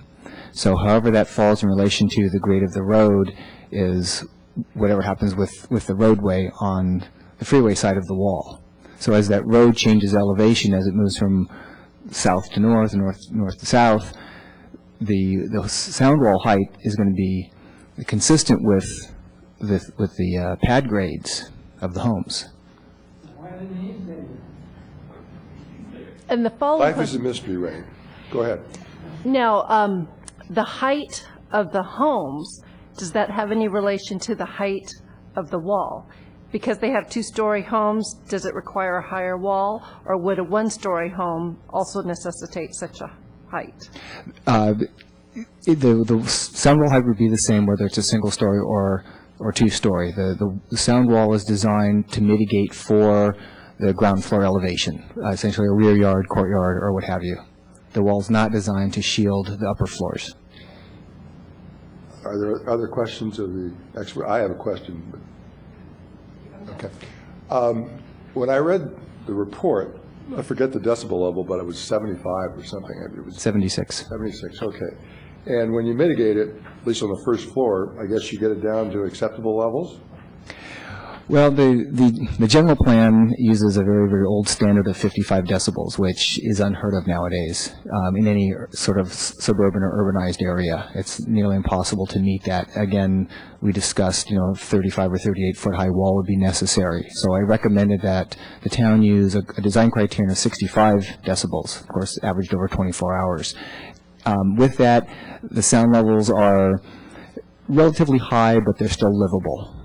And with the design of the homes having the courtyard sort of on the hillside side of the homes, you get some additional shielding there, so it'll be relatively, I don't want to say quiet, but at least doable, comfortable anyway. So using 65 as an outdoor criterion for the remaining portions of the first floors of the homes, the window sound ratings are relatively easy, ventilation is easy, and the sound wall is something that's also reasonable. Having a 12-foot high sound wall on the house side of the sound wall will look a little ominous, but people realize that they're next to a freeway, so they're going to have to expect some kind of sound protection. Okay. And your second story, however, will not be benefited by the sound wall. Is that right? That's correct. Well, the homes that are farther away, more towards the slope, as you get farther back, that line of sight from that second floor window for a person standing on the second floor looking at the roadbed, there may be a break of the line of sight in some locations, so there would be some minor benefit from that. But I wouldn't count on that as being a whole heck of a lot. And I understand the suggestion is that essentially you'll have air conditioning on the second floor so people won't have to open their window. That's correct. Yeah, I recommend that sound-rated windows, highly sound-rated windows, are kept closed all the time to keep the noise out. If people want some fresh air and they want to open their windows, a little bit of noise for a short period of time doesn't affect their long-term health exposure. What would the decibel level be in the second floor then with the windows closed? 45. So I was down there today, and it is really loud. Yes, it is. Okay, Commissioner Telesworth? Yeah, are you taking into consideration in this not just the RPMs that you hear from cars on the freeway, but also the trucks, the rumble from the trucks, which is heard way before a truck even goes past you and after you leave? After it passes you. The sound level data includes a wide range of frequencies. The sound meters measure from very, very low frequency up to very, very high frequency, beyond what we can actually hear. But when we talk about dBA, that's the frequency content of what the human ear hears. So the sound meters basically measure the noise the way we hear it. And it's a broad spectrum of frequency. It's measured over a long period of time. It's averaged over 24 hours with a 10 decibel penalty for noise at night because of sensitivity to noise at night. And this is all standard environmental noise stuff. Everybody, including the building code, state building code, utilizes all the same methodology. So any truck noise, motorcycles, ambulances, sirens, you name it, all that stuff that occurs over a 24-hour period was captured in the noise data and is used in these calculations. Okay. Another question. Would you recommend in this condition, I know that sometimes that people put panels on top of, these sound walls are designed with panels that absorb more of the sound. Would you recommend it for this? There are a few manufacturers that make sound absorbent sound walls. That does not change the amount of sound reduction you get from the sound traveling past the sound wall in the source to receptor direction.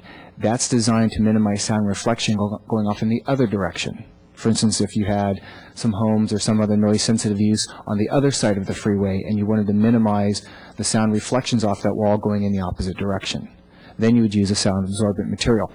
A perfectly absorbent material would only reduce the sound levels by 3 decibels, which is just barely noticeable. So it doesn't do a whole heck of a lot for what they really cost. Those sound-absorbent walls are very, very expensive. And those are used mostly in industrial applications or, where there's a very extremely noise-sensitive use on the other side of the roadway from where the original sound wall is going to be. So it wouldn't help in this case, is what you're saying? It would not help. They have, okay, thank you. So extremely sensitive use like a park? No, more something like maybe a certain type of hospital or a concert hall, or recording studios, something where sound levels have to be very, very low. But are you going to get bounce back then on these walls which will go across to Visona? It will, but again, it wouldn't be noticeable. I mean, you'd have to really, really listen for it. So a 3 decibel increase is just the threshold of being detectable outside of a laboratory. Okay, thank you very much. Other questions? You've been very helpful. Thank you. Thank you. All right, now I can call other people, and the applicant will have the last word when we get there. Okay, the first card I've got here is Lou Bowman. Yes. Would you like to come forward? Thank you.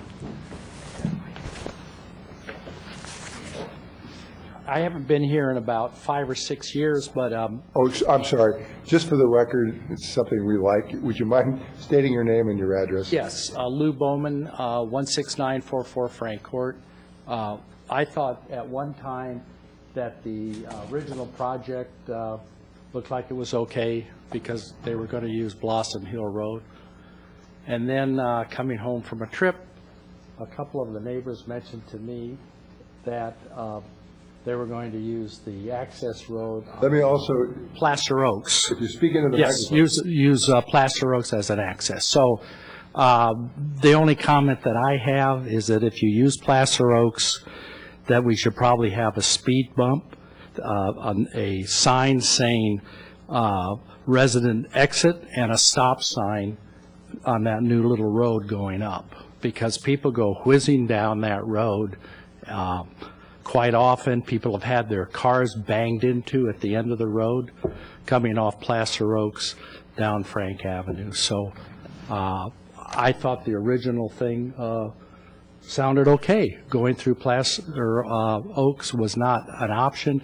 The way they were going to do it was going through Blossom Hill Road. So that's where I am, so I'm not going to take any more of your time on that. Thank you very much. Are there any questions for the speaker? Thank you, sir. Okay, thank you. The next card I have is Thomas Aguello.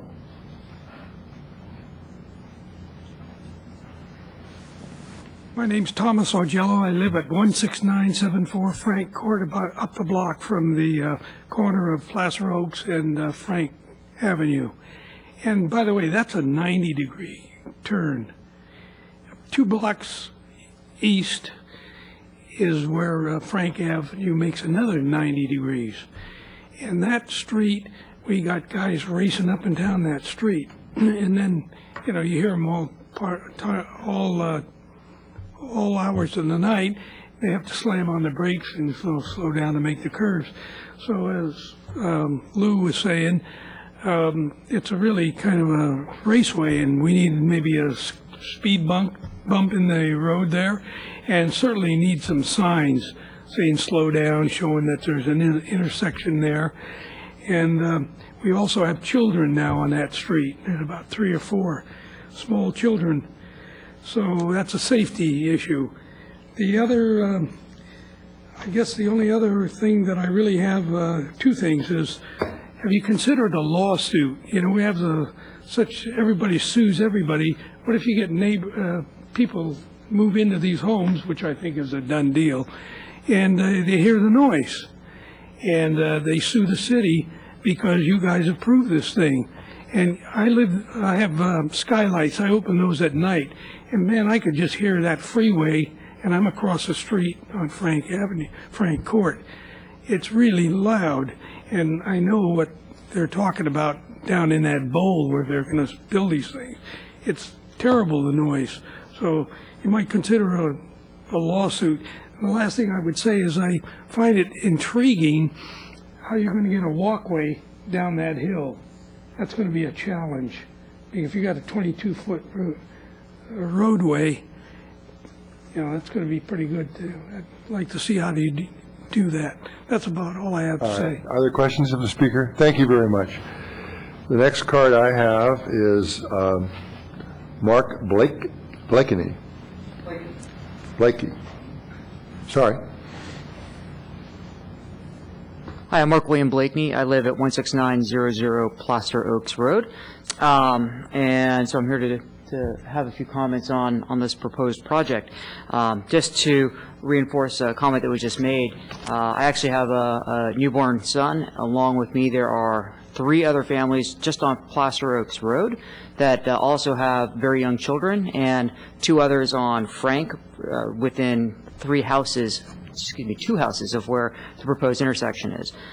One of the big concerns that we have is the volume of traffic and the impact of the traffic to the neighborhood.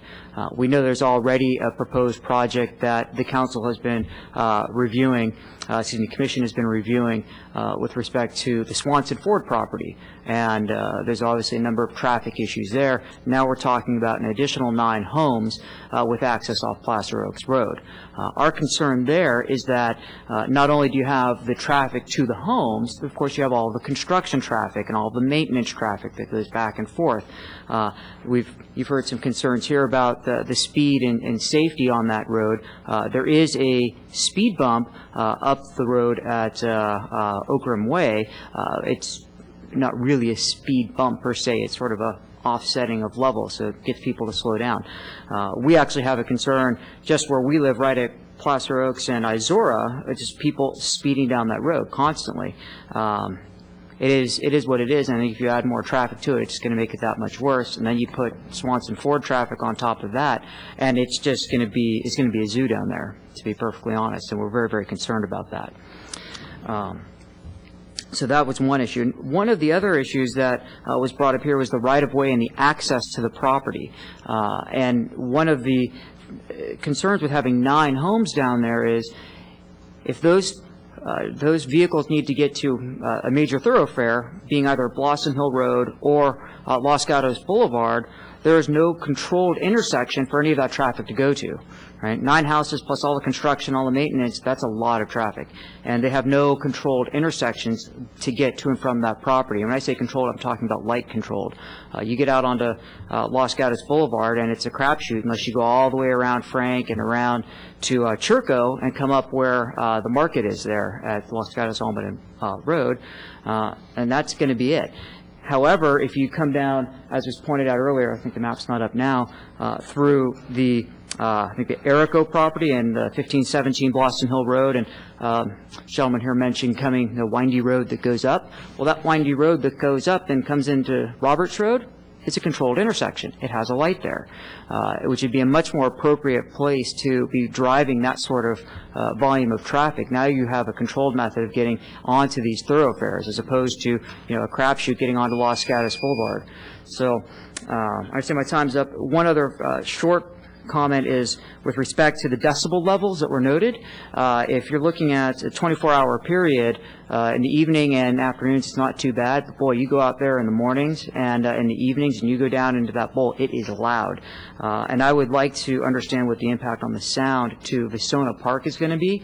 I've seen these sound walls go up in other places in Southern California. I'm going to have to stop you. Yeah. Time is up. We get your point, though. Yeah, there's a reflective sound issue. That's my point. Are there questions of the speaker? Thank you very much. Thank you. Mark Schorn?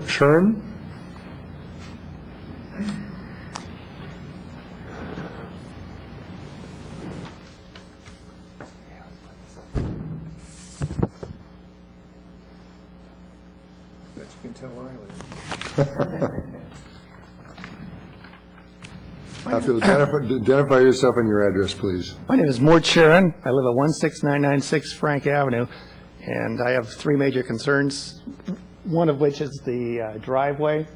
This is, the top picture is taken from my front yard, with the left window there as being the living room, and that's from the living room window. And if you can see, that's the center of the gate, and that's about the center of the roadway with give or take 5 feet. So those are the headlights that we've been talking about earlier and the impact they're going to have on our house.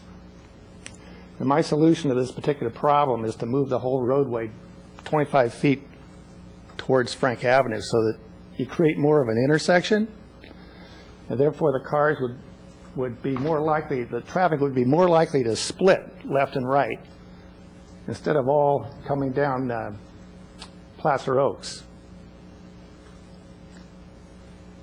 So I'll show you how that would look.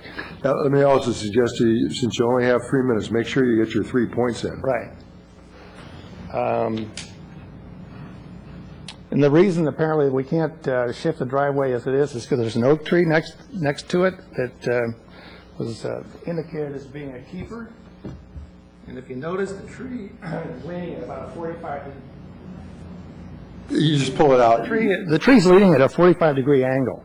And we've had a lot of oak trees in the neighborhood that have gone down over the years, and I can't imagine that particular tree without some kind of structural assistance is going to survive much longer.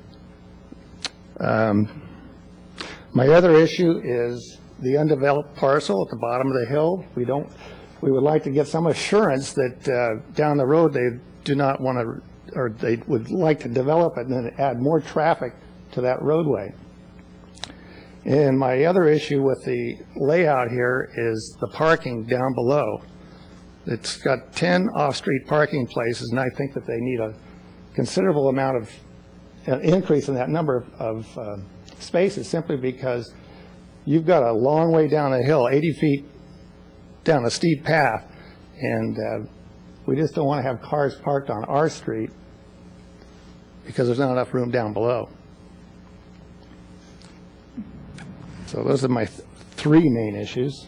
Oh, and the other thing is to, when they put the road in, is to have the grade being level with Placer Oaks as far back as they can possibly get it, so that the headlights, when they come up the hill, are level with the street. If you get my point there. So that's about all I have to say. Okay, are there questions of the speaker? Yes, Commissioner Bourgeois. Thank you for coming tonight and sharing your concerns with us. I had a question about those structures that are being proposed in your yard to help mitigate some of the light impacts. I mean, are you amenable to that solution, or how do you feel about That's only a partial, you know, you're still going to get headlights, and they're going to sweep the front of the house at nighttime. But by moving the street, Those would, I don't think they add much, no. you don't think they mitigate the impact much? No. No. Do you think they would still be necessary if the road were moved? Or realigned? They would. It would still be necessary. Right. Okay. Thank you. If I can show you with the, just take a quick look there. They don't show the house there, but. Excuse me, sir. Please take the microphone with you. I just just want to get it aligned. Just pull the microphone out. Just take the microphone out of the cradle, and you can walk over there and just pull it straight out. There you go. I want to get the, can you hear me? Okay, get this aligned with Frank Avenue, where it would create more of an intersection. Therefore, the traffic would have a tendency to split instead of all going down Placer Oaks. Okay, thank you. Are there other questions? Thank you very much. The next card I have is Citizen Ray.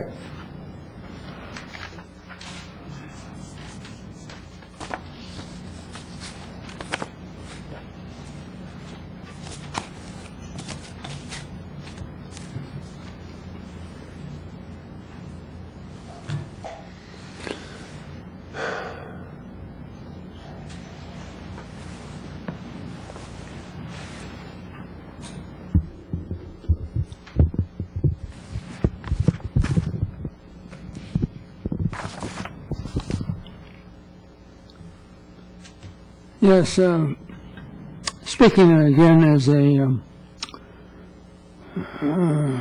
public interest person in Los Gatos, okay? The chill in this room is taking my voice away. Woo! I'll try and work it up a little bit, because I know Mr. Machici is just dying to hear from me. Cupertino Development, what are they doing down here? Have they given up on Cupertino with the cement plant dust, okay? What they don't know is the cement plant dust comes directly down here because the winds prevail from the northwest, okay? These homes, if built, will be inundated with cement plant dust from Cupertino. And Cupertino Development should know all about it, okay? Number 2. Staff recommendation for approval before they ever heard one iota of public testimony. Can you believe that? Can you believe it? What an insult to the red, white, and blue. You know, you ought to tell that not Looney, Rooney woman to put up a flag. It's green, dollar bill green, and let it go at that, okay? Oh, it's ugly. The CEQA issue, I can't believe the employees would say there's no CEQA issues. My God, the noise is overwhelming. I live right there. Thank God I'm way up, away from 17. You walk down to 17 and it just blows your mind. Nobody in their right mind is ever going to buy any property there, okay? Unless they want to stay squirreled away inside their homes 100% of the time. Ugly. Then what happens in the summer when everybody wants to go to the beach?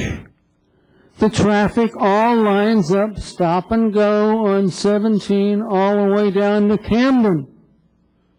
They stop and go right smack there where these homes are proposed to be built.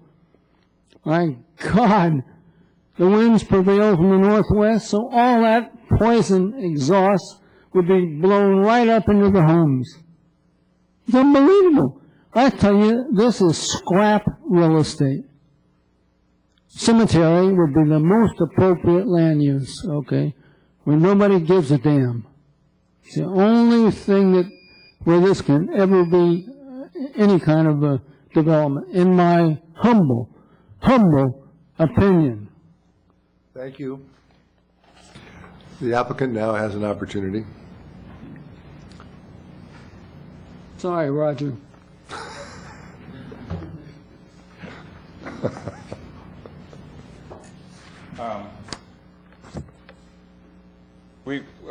We certainly are open to some traffic speed attenuation mitigation that would be available in the neighborhood.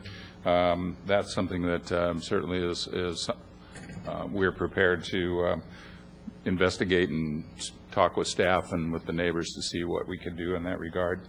I want to point out that we have no legal access to the Erico property and the roadway that ascends up the hill from the lower section. Neither do we have any access rights across the property intervening. So we're 2 properties away from where that roadway exists, and we have no rights to either one of those. Our only access and point that touches any public roadway is on Placer Oaks at the entrance to the project. And it's a very small section that actually touches Placer Oaks as well, right at the curve. It doesn't, it descends down the hill immediately without further access. I think that one of the things we did the apartment project, the 18-unit apartment project that is on the lower section of the Erico property, and buildings are effective in reducing the sound noise, just as the wall is itself. But if you when you were driving behind those apartments and along the carports there, if you get out of your car in front of the carport or you walk that distance and you walk in front of the carports, you do not hear the heavy noise from the freeway. But there's a section where you can go between the carports, and the minute you get to that open section, you hear the freeway. What we also did is we took the apartments and we did them where we created a courtyard on the uphill side away from the freeway. You go back into that area where all the private patios are, that is quiet, very quiet back there. You would not know the freeway exists on the other side. So it can be done, and that's why we selected to do a courtyard-style home, and where possible to provide an outdoor area that has a certain amount of flanking by the building in those outdoor areas. And I think that's pretty much the answers that I have from the conversation. All right. Commissioner Telesfor? Right. Can you explain to me, looking at your drawing, you have house number 6, I think it is. Is it number 6? I think it is. It's in the lower right-hand corner of your site plan? This is Okay. Is it 5 or 6? Is it 3? Yeah. 3's over here. Yes, I meant 3. I'm sorry. I remembered it wrong. Excuse me. So now the other homes are moved away from the freeway, and yet that one looks like it's snugged. If I'm reading this right, and actually, that's snugged is. You want the question? I'm sorry. Apologies. Is that snugged against the freeway for a purpose? Is it? It looks like it's just hanging out, unrelated to the rest of the neighborhood that you created. So, can you explain that, please? Yes, I can. We have purposely hugged the wall on this side because this is the courtyard side of the home. So it's on the opposite side where we have the recessed courtyard where the family room and the dining room and the living room open to this courtyard on the other side. So that's away from the sound wall and the freeway. That's okay. And so the sound wall is right next against. How close is it? It's not touching. It's approximately 10 feet away.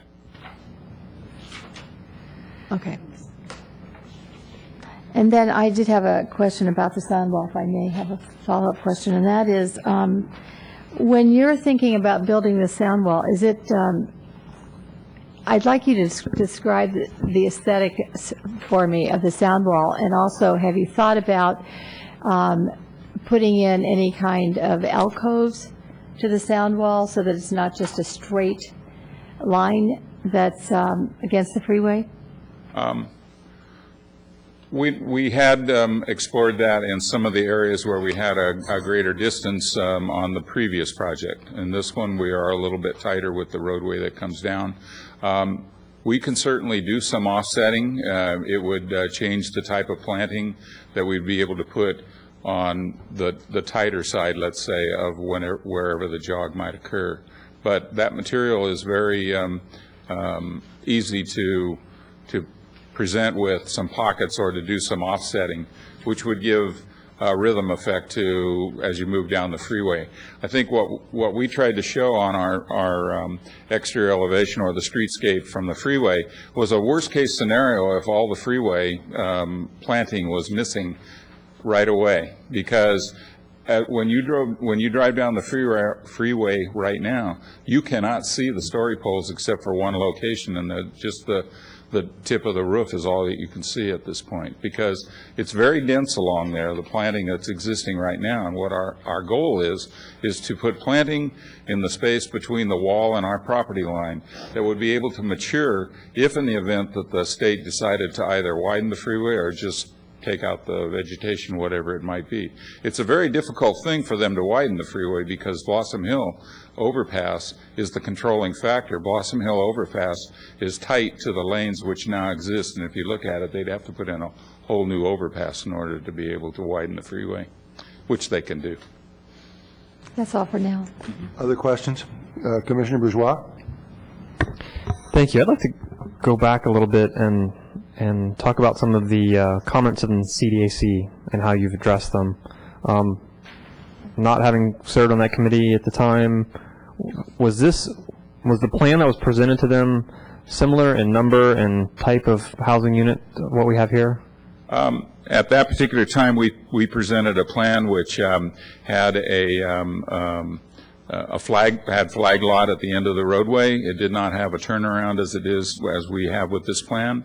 So there were some similarities, but we also had BMP units in there, which the committee recommended that we not do. And that's kind of exactly where I want to go. I'm trying to understand why the committee didn't want the BMP units included. And were you at 9 units at the time? Yes, we were.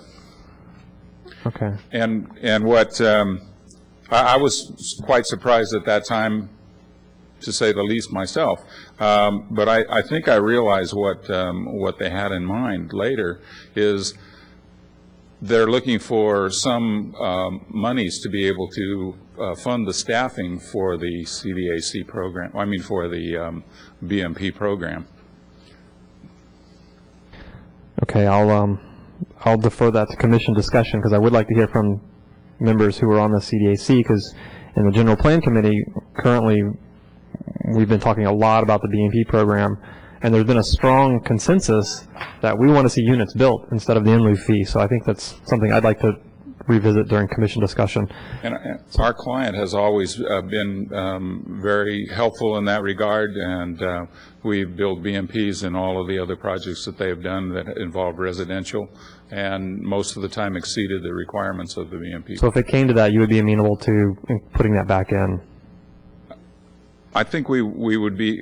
It would be a significant change to the site plan that we currently have, and it might result in FARs being reduced further.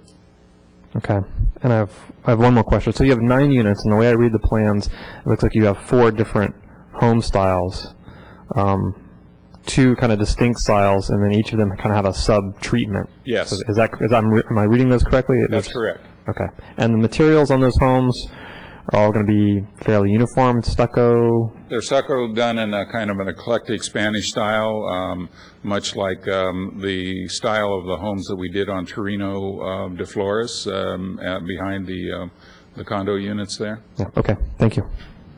Other questions? Commissioner Sayoc?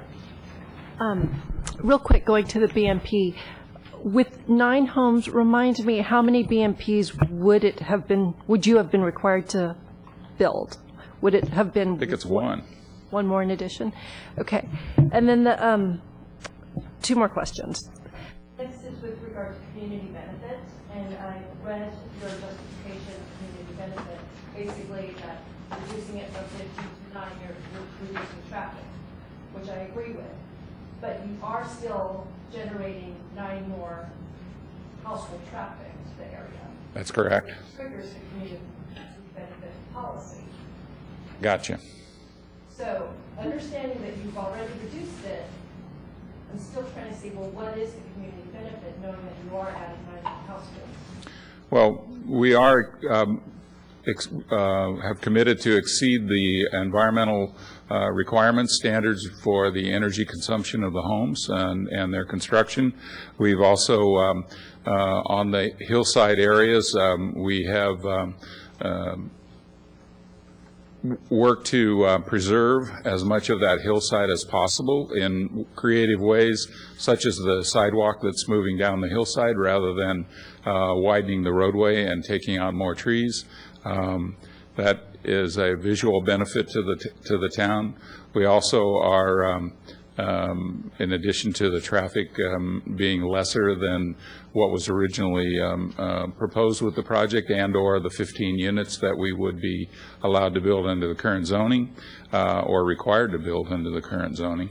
And then we are also replacing a sewer line which is aging that runs across the property as well. And you mentioned energy consumption.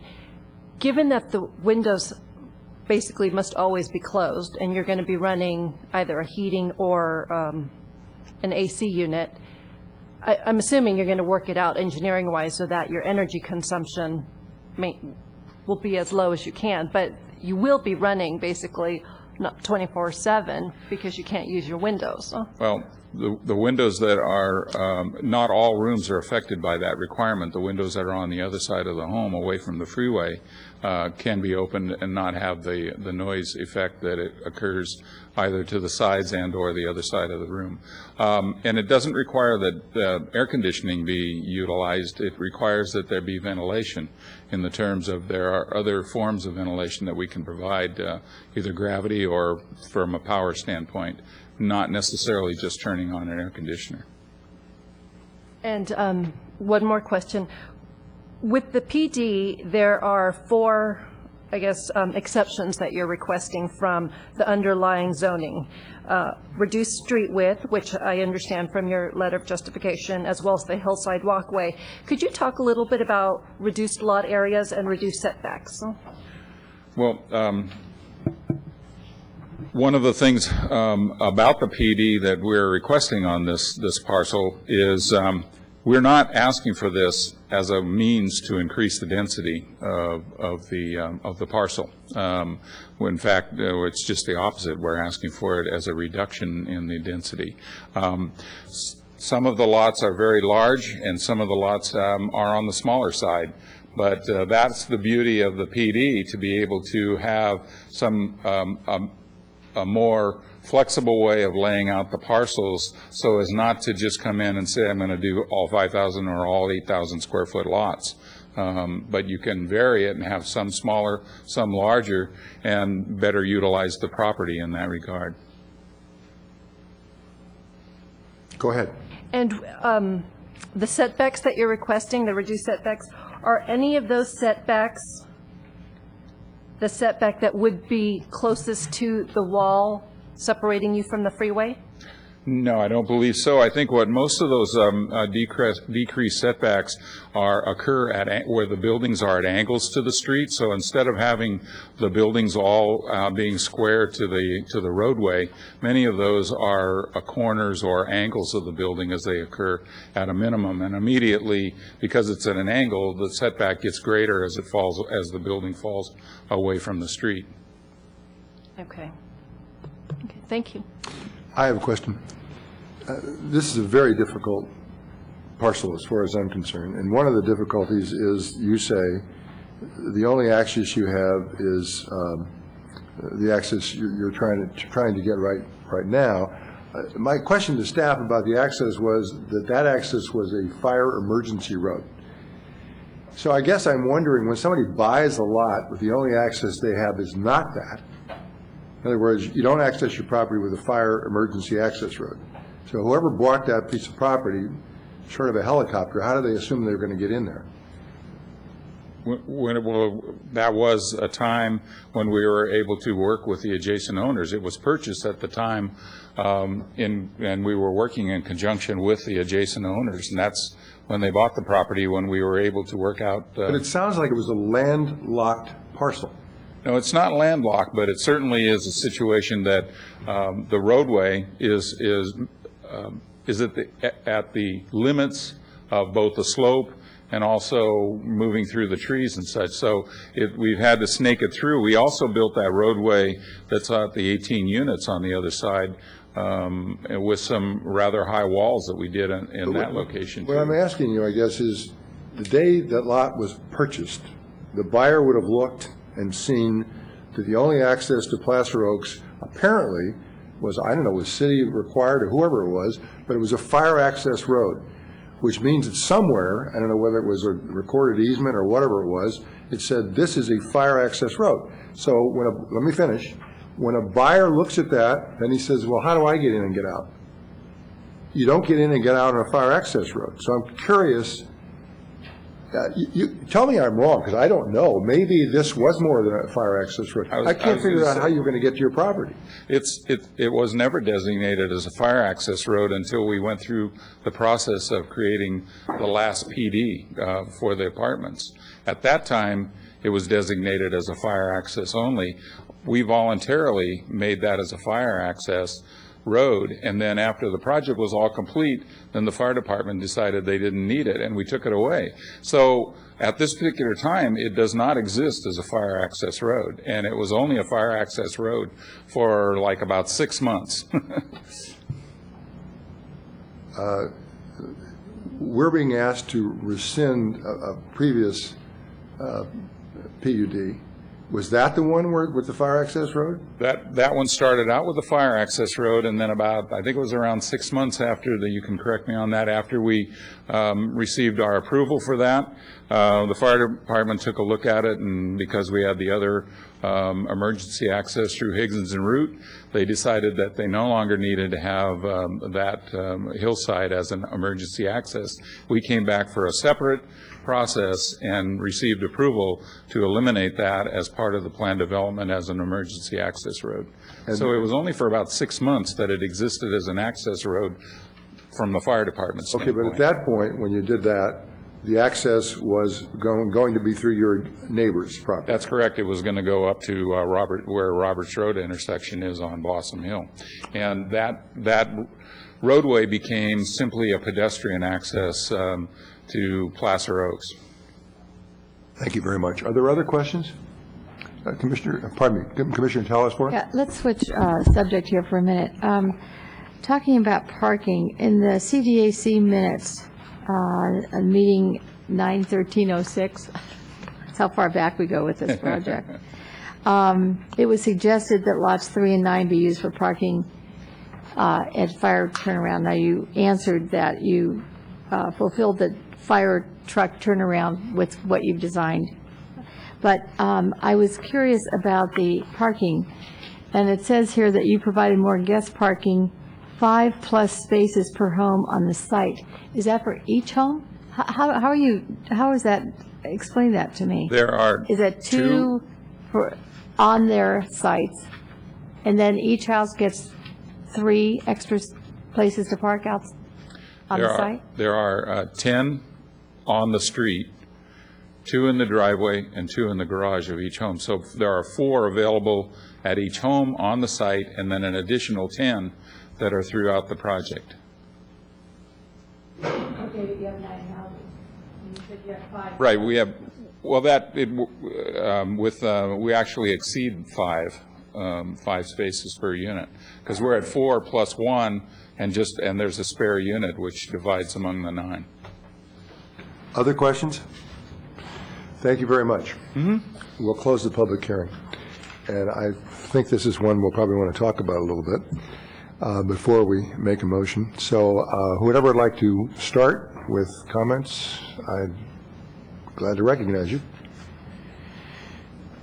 If not all speak at once. Yes, Commissioner Bourgeois. Through the chair, I'd like to ask any of my fellow commissioners that were serving on CDAC at the time, the thinking behind wanting an in lieu fee for the BMPs as opposed to having the actual units. I don't know if anyone was serving on CDAC at that time. I wasn't. I wonder if staff remembers. Don't remember the specifics for that. Let me say this. The one thing I was concerned about, this property does not have good public access. And that is not in favor of BMP units because, at least as what we're doing now in the general plan, of course, is prospective. It isn't retrospective. But one of the things we consider is the access of the BMP unit for public transit. And if there's a place that's not good for public transit, it is this one. But insofar as what that committee did, I don't know. Any other comments?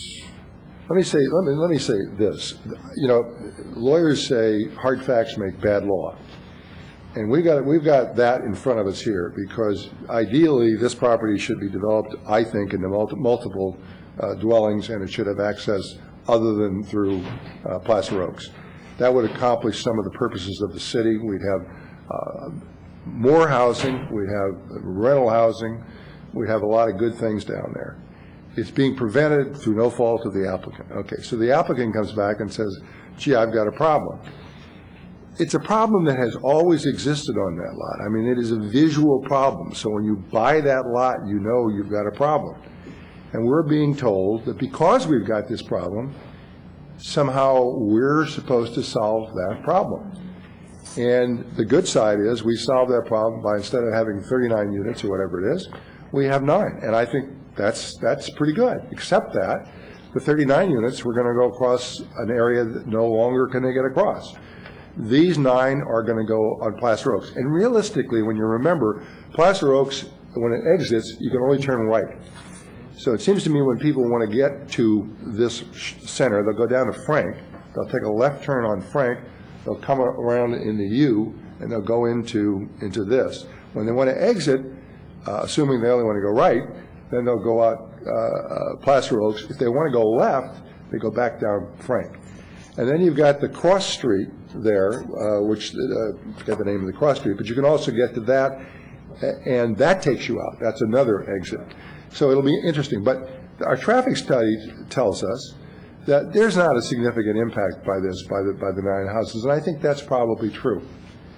But it is not. I mean, and when you think of putting 9 homes down there with that noise, it's just hard for me to believe that this is a good location for what must be expensive homes. And I don't know what to do with that. I mean, I will say it. I'm going to ask staff in a minute.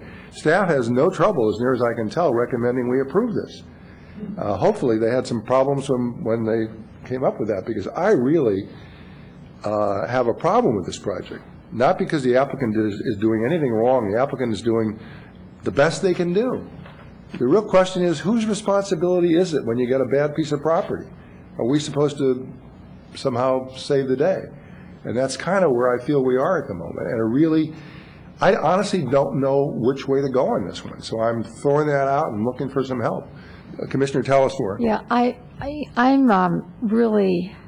having a hard time with quality of life here and what we're creating, and I think it sort of tags on to what you're saying. I understand people will want to live anywhere and they're free to do that. And so I'm not going to stop them from that. But I have the problem because livable is so different to everybody. And when it's, 67 decibels, and that's considered livable, and a hairdryer, I think, is 70 decibels, if I'm right, if I read that right, and I did some research today. I mean, I'm thinking, okay, that's not too far off from what we're asking people to live with. That's one thing. But the other thing is I'm having real trouble with the sound wall at 20 feet, because the houses are 27 and a half feet, if I read that correctly in my site plan. And the sound wall is 20, and I didn't see that as reflected in anything that we were presented with. So I'm having visually a hard time understanding really what this is going to look like. So, let me just say one thing, because I think this is the answer to that, because I had the same problem you did. I'm not trying to interrupt you. I just thought if I could help. They're telling us that the 20 feet is measured from a different grade than is the height of the building, so that the wall can be 20 feet, but the building pad would be higher than where the wall started. Right. So I just wanted to throw that out. And I understand that, but I'm still having trouble with a 20-foot wall on our freeway. I mean, that freeway wall has an opportunity to change the existing scenic character of our town, and I guess I have to stand up and say that. So I'm extremely worried about that. I'm more worried, and I'm worried about it because I would have liked to have seen some kind of a digital inset into that area so I knew exactly what I was going to even recommend, if I was going to recommend this. That's sort of where I am now, and I'd like to hear from everybody else. What is a digital inset? It would be a digital photograph inset into this land. You know, we see that often. Okay. And I'm not sure if I'm explaining that correctly, but it's a digital picture, and you would put that photo simulation. Photo simulation. Is that a better? Yes. Thank you. All right. Thank you. I was just confused. Commissioner Machici, did you have something? Just for clarification, from what I'm hearing, I'm making the assumption that something can be built here, because it'll follow the standards of the zoning laws or what have you. So I'm trying to understand what we're saying we wouldn't do. Are we suggesting we wouldn't build anything there at all? I mean, the question I'm really, looking at it, that something here can be built by our town codes and so forth. but we don't have to, that doesn't necessarily mean that we have to prove anything, nor does it mean we have to suggest what it is that ought to be built. So you're right. Probably something should be built there. The real question is, should this be built there? And maybe it should. I'm not saying it shouldn't. Yeah, I'm trying to understand the reason, well, I'm trying to understand from the concerns, can anything be built there based on your concerns? Well, I wouldn't buy the property. Never mind. No, I agree. It's up to a buyer to buy something there, and he's going to know it's a problem, right? So I don't know what grounds I could stop it on, I guess is what I'm saying. No. Okay. All right, let's go down the line, and then we'll go back to staff, and then we'll talk about, I think that's a very reasonable question. The question is, just because, for example, I may not like the project, that doesn't mean, therefore, I have to deny it because I don't like it. There has to be a legal basis for saying, no, I'm not going to approve it. And we're just talking now to see where we're coming from. Commissioner Sack?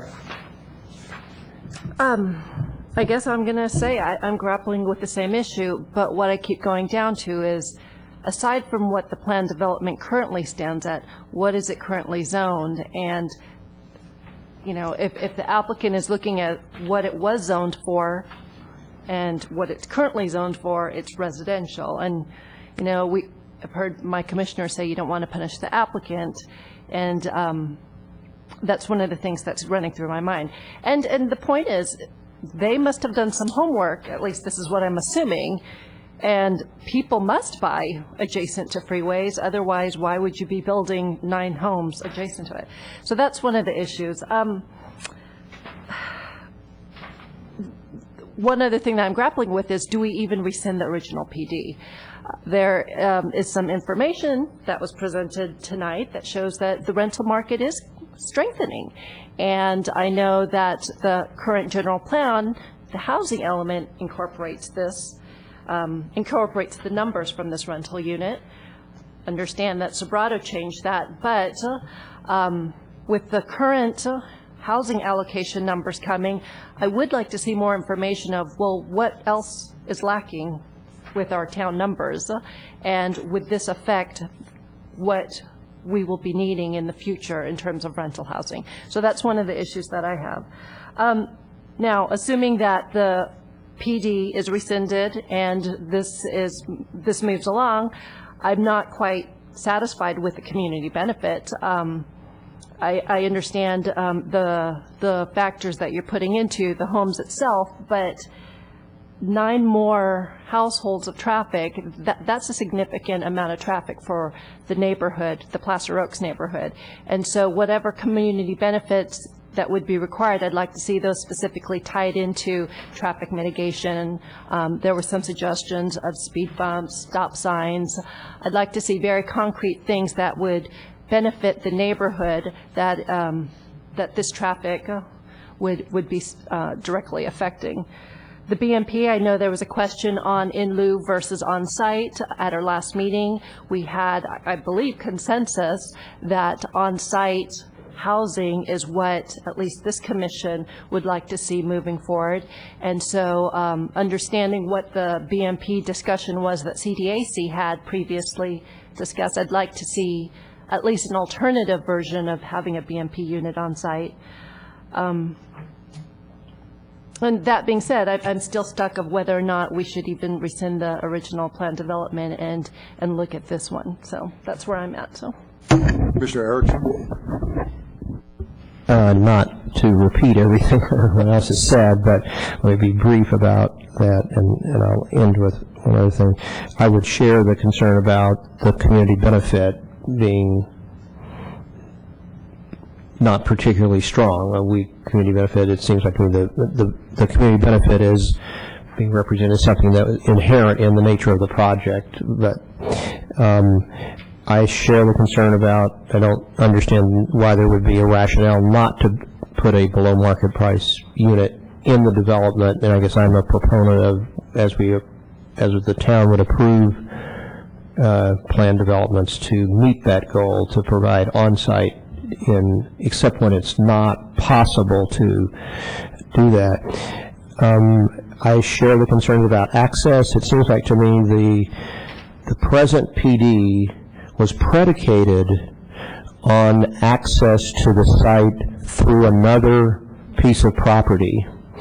And that's in fact how they satisfied the access requirement for the present PD. And so I struggle with, now that's not possible because the ownership of that piece of property changed, and therefore they don't have access to that property, if I understand correctly. But again, the property, apparently the only acceptable way to develop the property in the past that's on record was to provide access through another piece of property. That's not now available, so it seems like to me we don't have a good solution to the access issue. All right, let me ask staff to kind of help us out a little bit here, and then we can come back and finish any other questions, because I'm sure there are more comments that we want to make. I would like to make a couple of comments myself, the BMP issue and something else, but maybe we can get some help from staff, but unless you want to go first. Well, I hadn't gone yet, so. Oh, I'm sorry. We're going down the line, and we started with Joanne, so, if I may. Wait, put it that way. Yeah, I just wanted to get my concerns on the record before staff responds.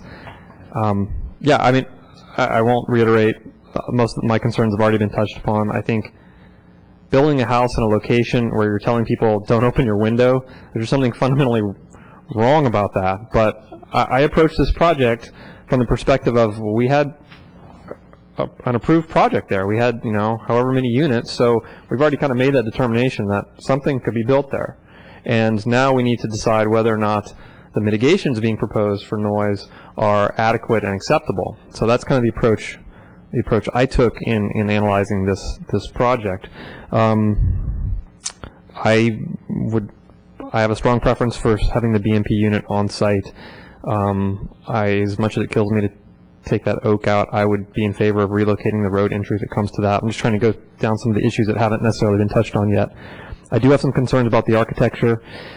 Again, if you squint, you really can't tell the difference between these four house styles. So I would really like to see a subdivision that doesn't go in and all the houses look the same. I'd like to see some diversity in height and materials, and I'd like to, we pride ourselves in Los Gatos on having some character in our neighborhoods, and this to me would look kind of prefab, all the same.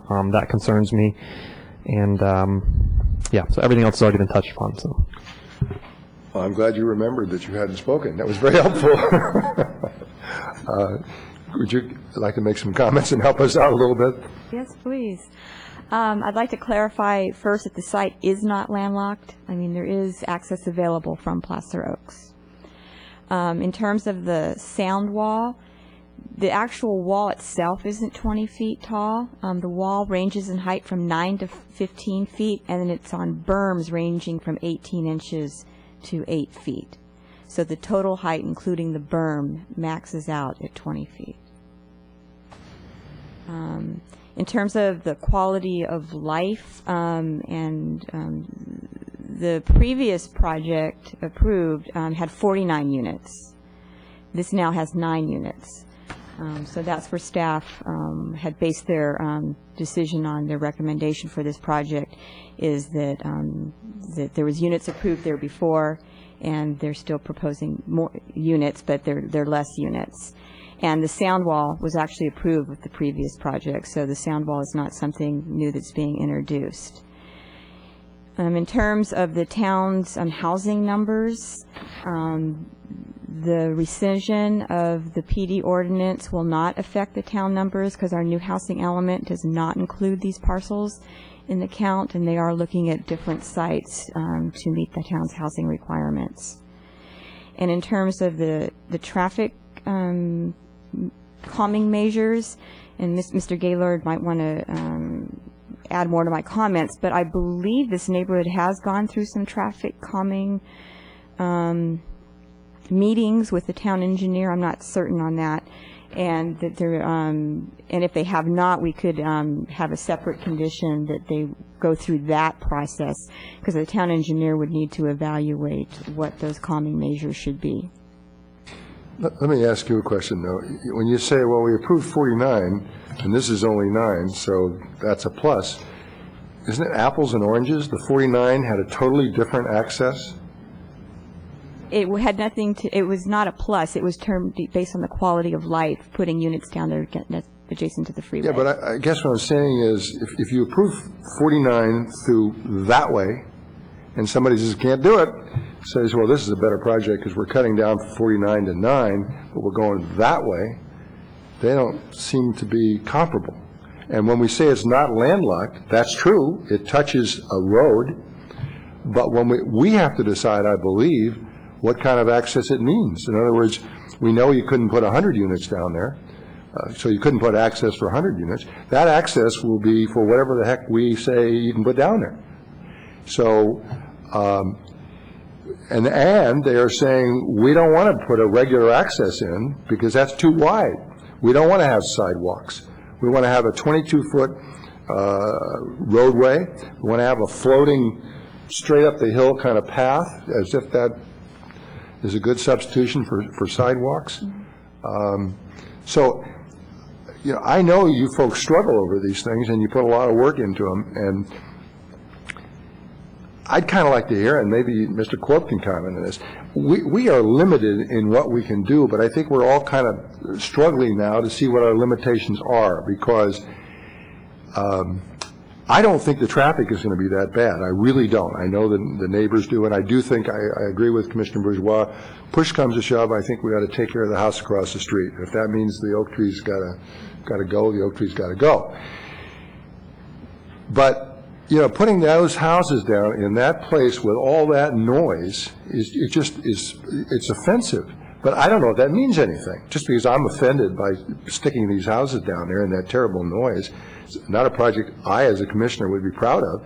But so what? Do I have, where does the authority come in to say, number one, you know, we can come up with a bunch of things where they want exceptions and say, no, we don't think you've got the exceptions. And that's it. But I kind of like to just get a little direction, and particularly I think in this case from the town attorney, so we don't go wandering off. We've done, at least I've done that at least once before that the town council corrected me on. I don't want to fall into that same problem again. Well, let me just start by saying this is a PD application. It's a rezoning application. Your decision would be a legislative one. You're not obligated to approve this. This is not an application that is consistent with the existing zoning. They're asking for a change. So you do have a wide degree of discretion in reviewing this application and considering some of the problems associated with it. I don't know if that answers your question, but you do have a lot of latitude. I will also point out, with regard to noise, that you're somewhat between a rock and a hard place there, because this is a lot that, you know, can be developed to some extent, and there's clearly going to be some noise that will affect the property. One could say that that's, ultimately a buyer beware issue, if it, people don't like the noise and they won't move there. But of course, you also want to see the project be successful, and that is within your purview to try your best to approve projects that do have some degree of, some possibility of succeeding in that area. So again, that goes to your discretion under the PD. You have a lot of it. With regard to staff's recommendation, to me it seems clear that they did see some benefits to a reduction in density on the site, and also the fact that this is a proposal that works given the fact that the existing PD currently doesn't work because of the fact that the access is no longer available. Thank you very much. Let's start again, but let me just say this. To me, the one of the good things about the project is once and for all, the property would be developed. And to a certain extent, that's very good. Because if I'm a neighbor, I'd rather have 9 homes down there than 39 homes. Because it looks like they don't have access. Of course, we wouldn't approve 39 under the present access. So it may be a false dichotomy. But there's something good about saying, well, the 9 homes, as far as this lot is concerned, they're probably going to be okay. The access isn't all that bad.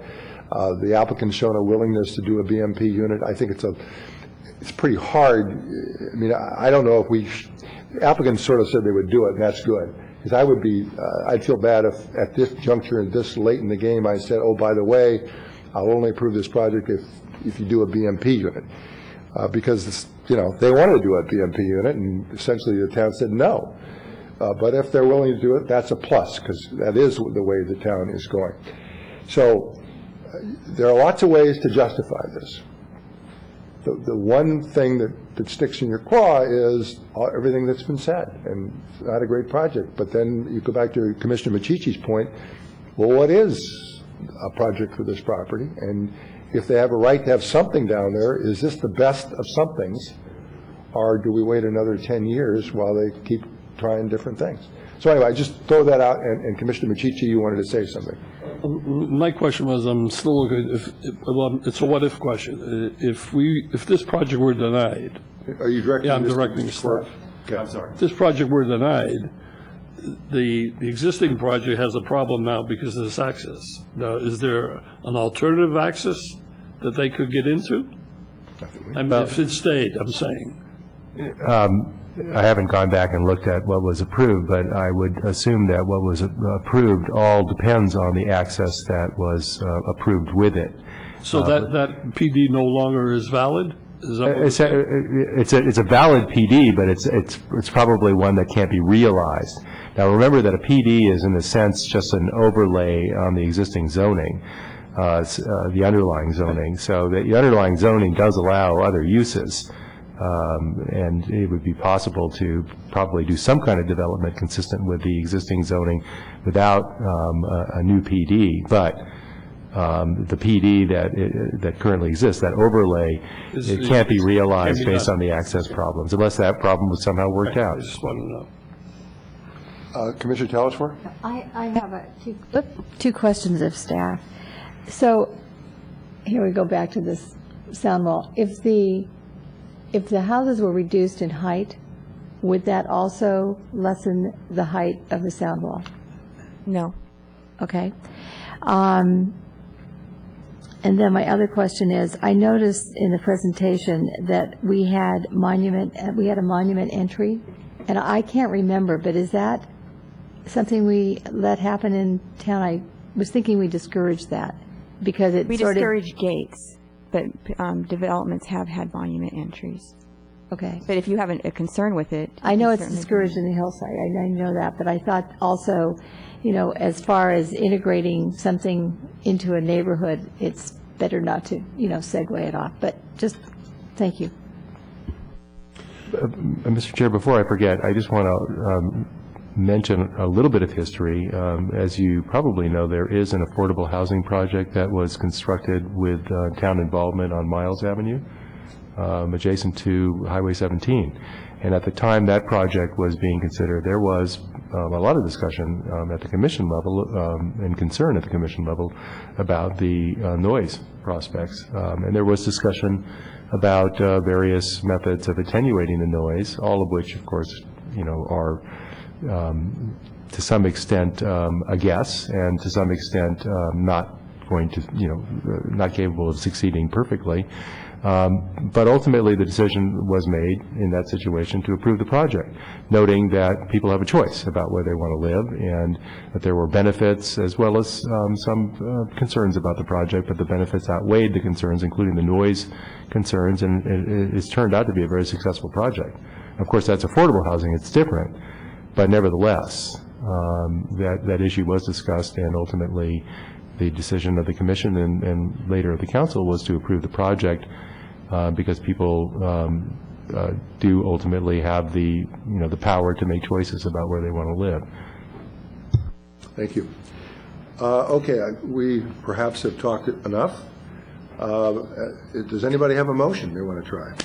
Commissioner Telesworth. Yeah, I do want to, and maybe it's just me, I'm just so fixated on this, but because I don't have it in front of me, and because I cannot see this sound wall, and it's going to be right, I mean, it could be years for all the growth to occur on this sound wall. And from what I saw in the presentation tonight, I was hoping that we might have a more aesthetic treatment to that sound wall. And what I saw were just looked like I'm not even sure how to describe it, but concrete forms on top of what they're planning. And I was just hoping that we could somehow address that in whatever motion it is we do make. There's many ways to address it, and there's aggregate sound walls, there's sound walls that can, so I just really want us to pay attention to that. And also the bulk and mass of the buildings, I think some of these could be 1.5 story, but that's the 2 comments I wanted to make, if you could think about that. Is there a motion somebody would like to make? I would just to summarize what I think I've heard that I would agree with. I agree that if something can be done about the entry, the entrance, the access to it being moved over to accommodate that if this is approved, that should be included. I do agree with our commissioner here that we ought to relook and make sure that they have four or 5 distinct different types of models, not just glued on pieces to the front, so to speak. I think the bumps in the road, I'm not sure that's the applicant's duty or not, to safeguard the speeding down the different areas. I thought he had said that the wall was a wooden type that could be painted and look like the landscape, so I didn't have a problem with the aesthetic. It wasn't wooden, but it could be painted. It could be painted, so it looked like it was grained, I guess, is what he said. Okay. So it could be painted, so I thought that was all right. And so I think that's all if this project otherwise were okay, those are the differences we would like to see, or things we would like changed. Did I hear anything else, I guess? Oh, the BMP. Again, the BMP is still an issue with me one way or the other because he was directed to. Well, I assume if we were to approve the BMP, we might want to see how it comes out, because they're going to add a unit. So instead of having 9 units down there, we're going to have 10 units So I'm down not there. sure. That may have been the DRC's reasoning, is not that an additional unit. Oh, that's what the meaning of the BMP would be. They get the extra unit. And so we don't know how that would fall out. Oh, not knowing, I'm making that assumption at this point. Put that. So is there, I'd just like to hear any comments would that cover it all if this thing were to go through, or? That's all I've heard so far. I think that's what I heard. Mr. Bourgeois? I think I also heard that we might want to see some additional photo simulation of what this wall is going to look like from 17. I mean, that's not something I actually thought about, but I think Commissioner Telesworth brings a good point. And if I remember correctly, in the mitigated neg deck, it was a less than significant aesthetic impact, but that is a pretty long frontage on 17, and it's a significant wall, and having making sure we really understand what that's going to look like, I think would be important in being able to make that finding. Would that require continuance then? I think it would. I think adding a BMP, everything you've stated, I think would require continuance. Well, I'm not sure I would add the BMP if it means adding a 10th unit. Well, just the things you've talked about. For example, I think the traffic calming, the road bumps, the traffic signs, arguably would come under the community benefit that Commissioner Stack talked about. And we would need to say, okay, what is it you're proposing to do? And All right. So we need that. The photo simulation, I think, is true. A 20-foot, it's the berm plus the wall, but still it's 20 feet. And driving along that parking lot that we call 17 on a weekend, that's going to be something that ought to be dealt with the best way possible.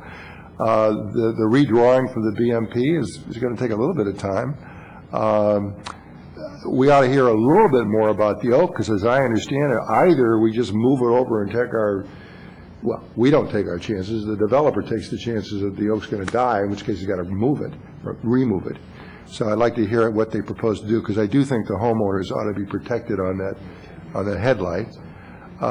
And then I think Commissioner Bourgeois' point on more diversity on the units, we ought to get some guidance on that. Even though we're not approving architectural site approval, we've been told, oh, well, this is pretty close, and, so we'd like some help there. So I think that's about 5 issues, and I don't see how you'd avoid continuing it, if that's what everybody wants. Now, I do think it's important that if any of my fellow commissioners are not going to approve this and they're satisfied today, not going to do this one, it would be helpful if we knew that. We don't have to make a motion. It's just like a sense of this. I don't want to put these people on a fool's errand, but I get the sense that if they took care of these issues we're talking about in a reasonable fashion, then perhaps not joyfully, but we would probably pass that motion. But if I'm wrong in that perception, please speak up. I'm not committing you. I'm just saying, let us know your feelings. And so you would want, just to be clear, you would want some direction about the architecture as well? That was one of the issues? Yes. Commissioner Bourgeois' point simply was that although you have arguably 2 designs, he would like to see, of the 9 homes, real diversity, whatever that means. And I don't know what that means, but it means more than we've got at the moment. And I think Mr. Griffin understands that better than I do. So, but it would be incumbent on them to bring back something and show us. So we have 5 items. And I think some of them are fairly easy to do. The traffic calming ought to be fairly easy to do. Tell us what they would propose to do. I'm not big on photo simulation, but on a wall it shouldn't be very difficult. So Excuse me, would you say move the tree, or? That's up to them. We want to move the road, and it may in fact be the doom of the tree. We don't know that. Allow them to take the tree down. If need be. In other words, somebody who knows a lot more about trees than I do can say, well, you can move the road, but that tree is going to die. When you do that, well, then it ought to go. And if somebody says, well, it probably won't die, then we ought to have a condition that says if that tree's not there in whatever period of time, a year or 2 years, whatever, we're going to make the conclusive assumption that it died because you moved the road and therefore get it out of there. It shouldn't be the city's responsibility. So, okay, so 5 things. Does anybody have comments? A possible suggestion I'll just put out for you. First of all, the tree, if we do realign the road, the arborist has said it'll be so impacted, you can assume it's not going to be there. So Okay. Staff would consider it, they could try to save it, but we would consider it's being removed and we would require mitigation for that tree. A possibility would be that you could, there's still an architecture and site application that's required after this.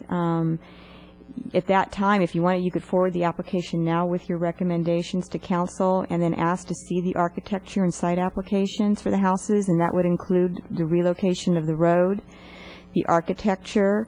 We could let you know about the traffic calming measures at that time, the wall simulation, and if the council approved the BMP, that would include the relayout of the BMP. So that's just an option.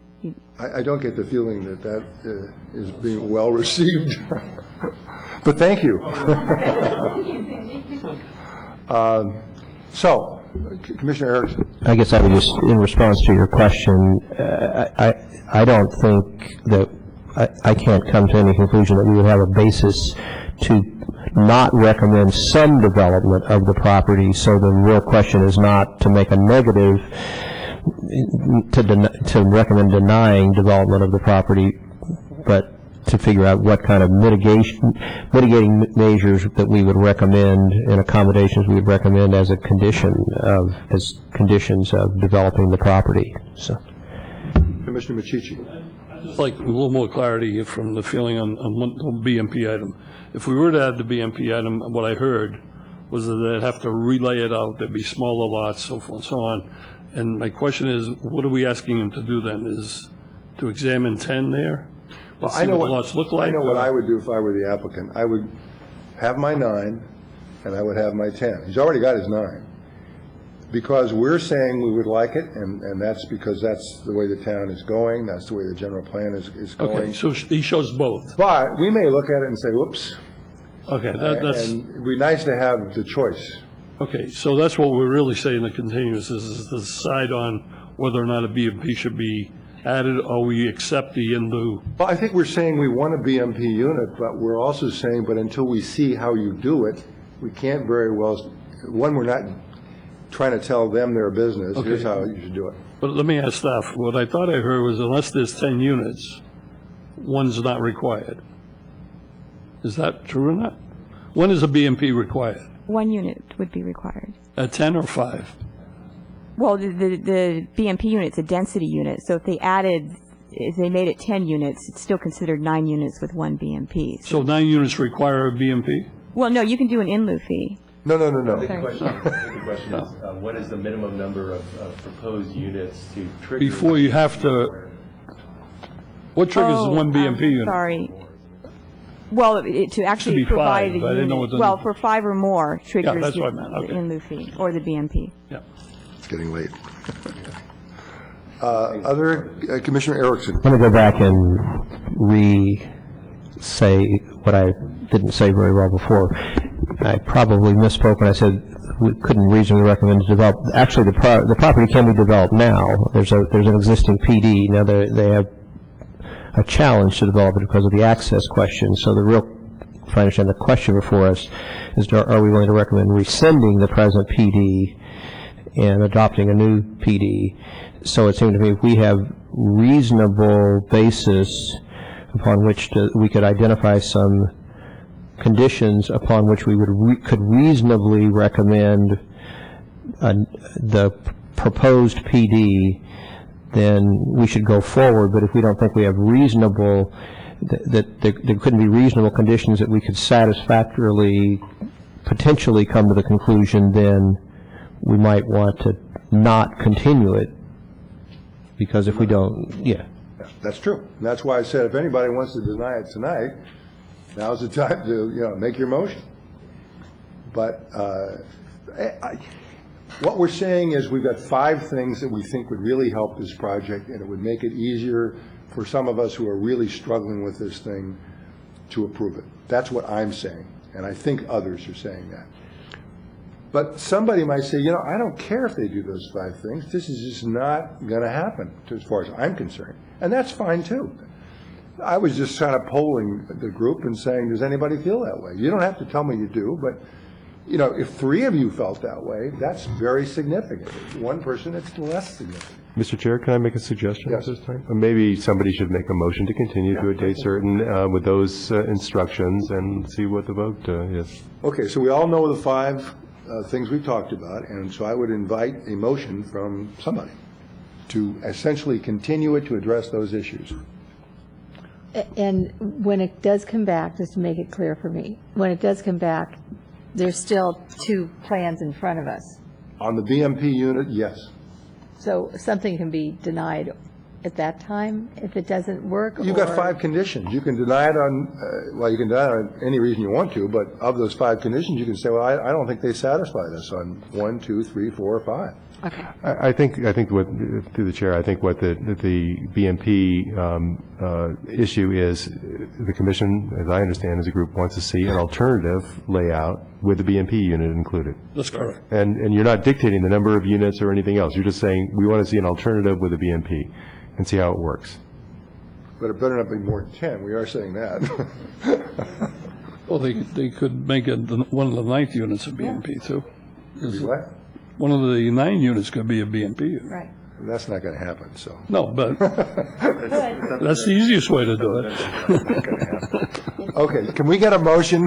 Yeah, I'll make a motion. All right. To continue to a date certain with the direction that we've laid out for the 5 areas that should be looked at and returned to us.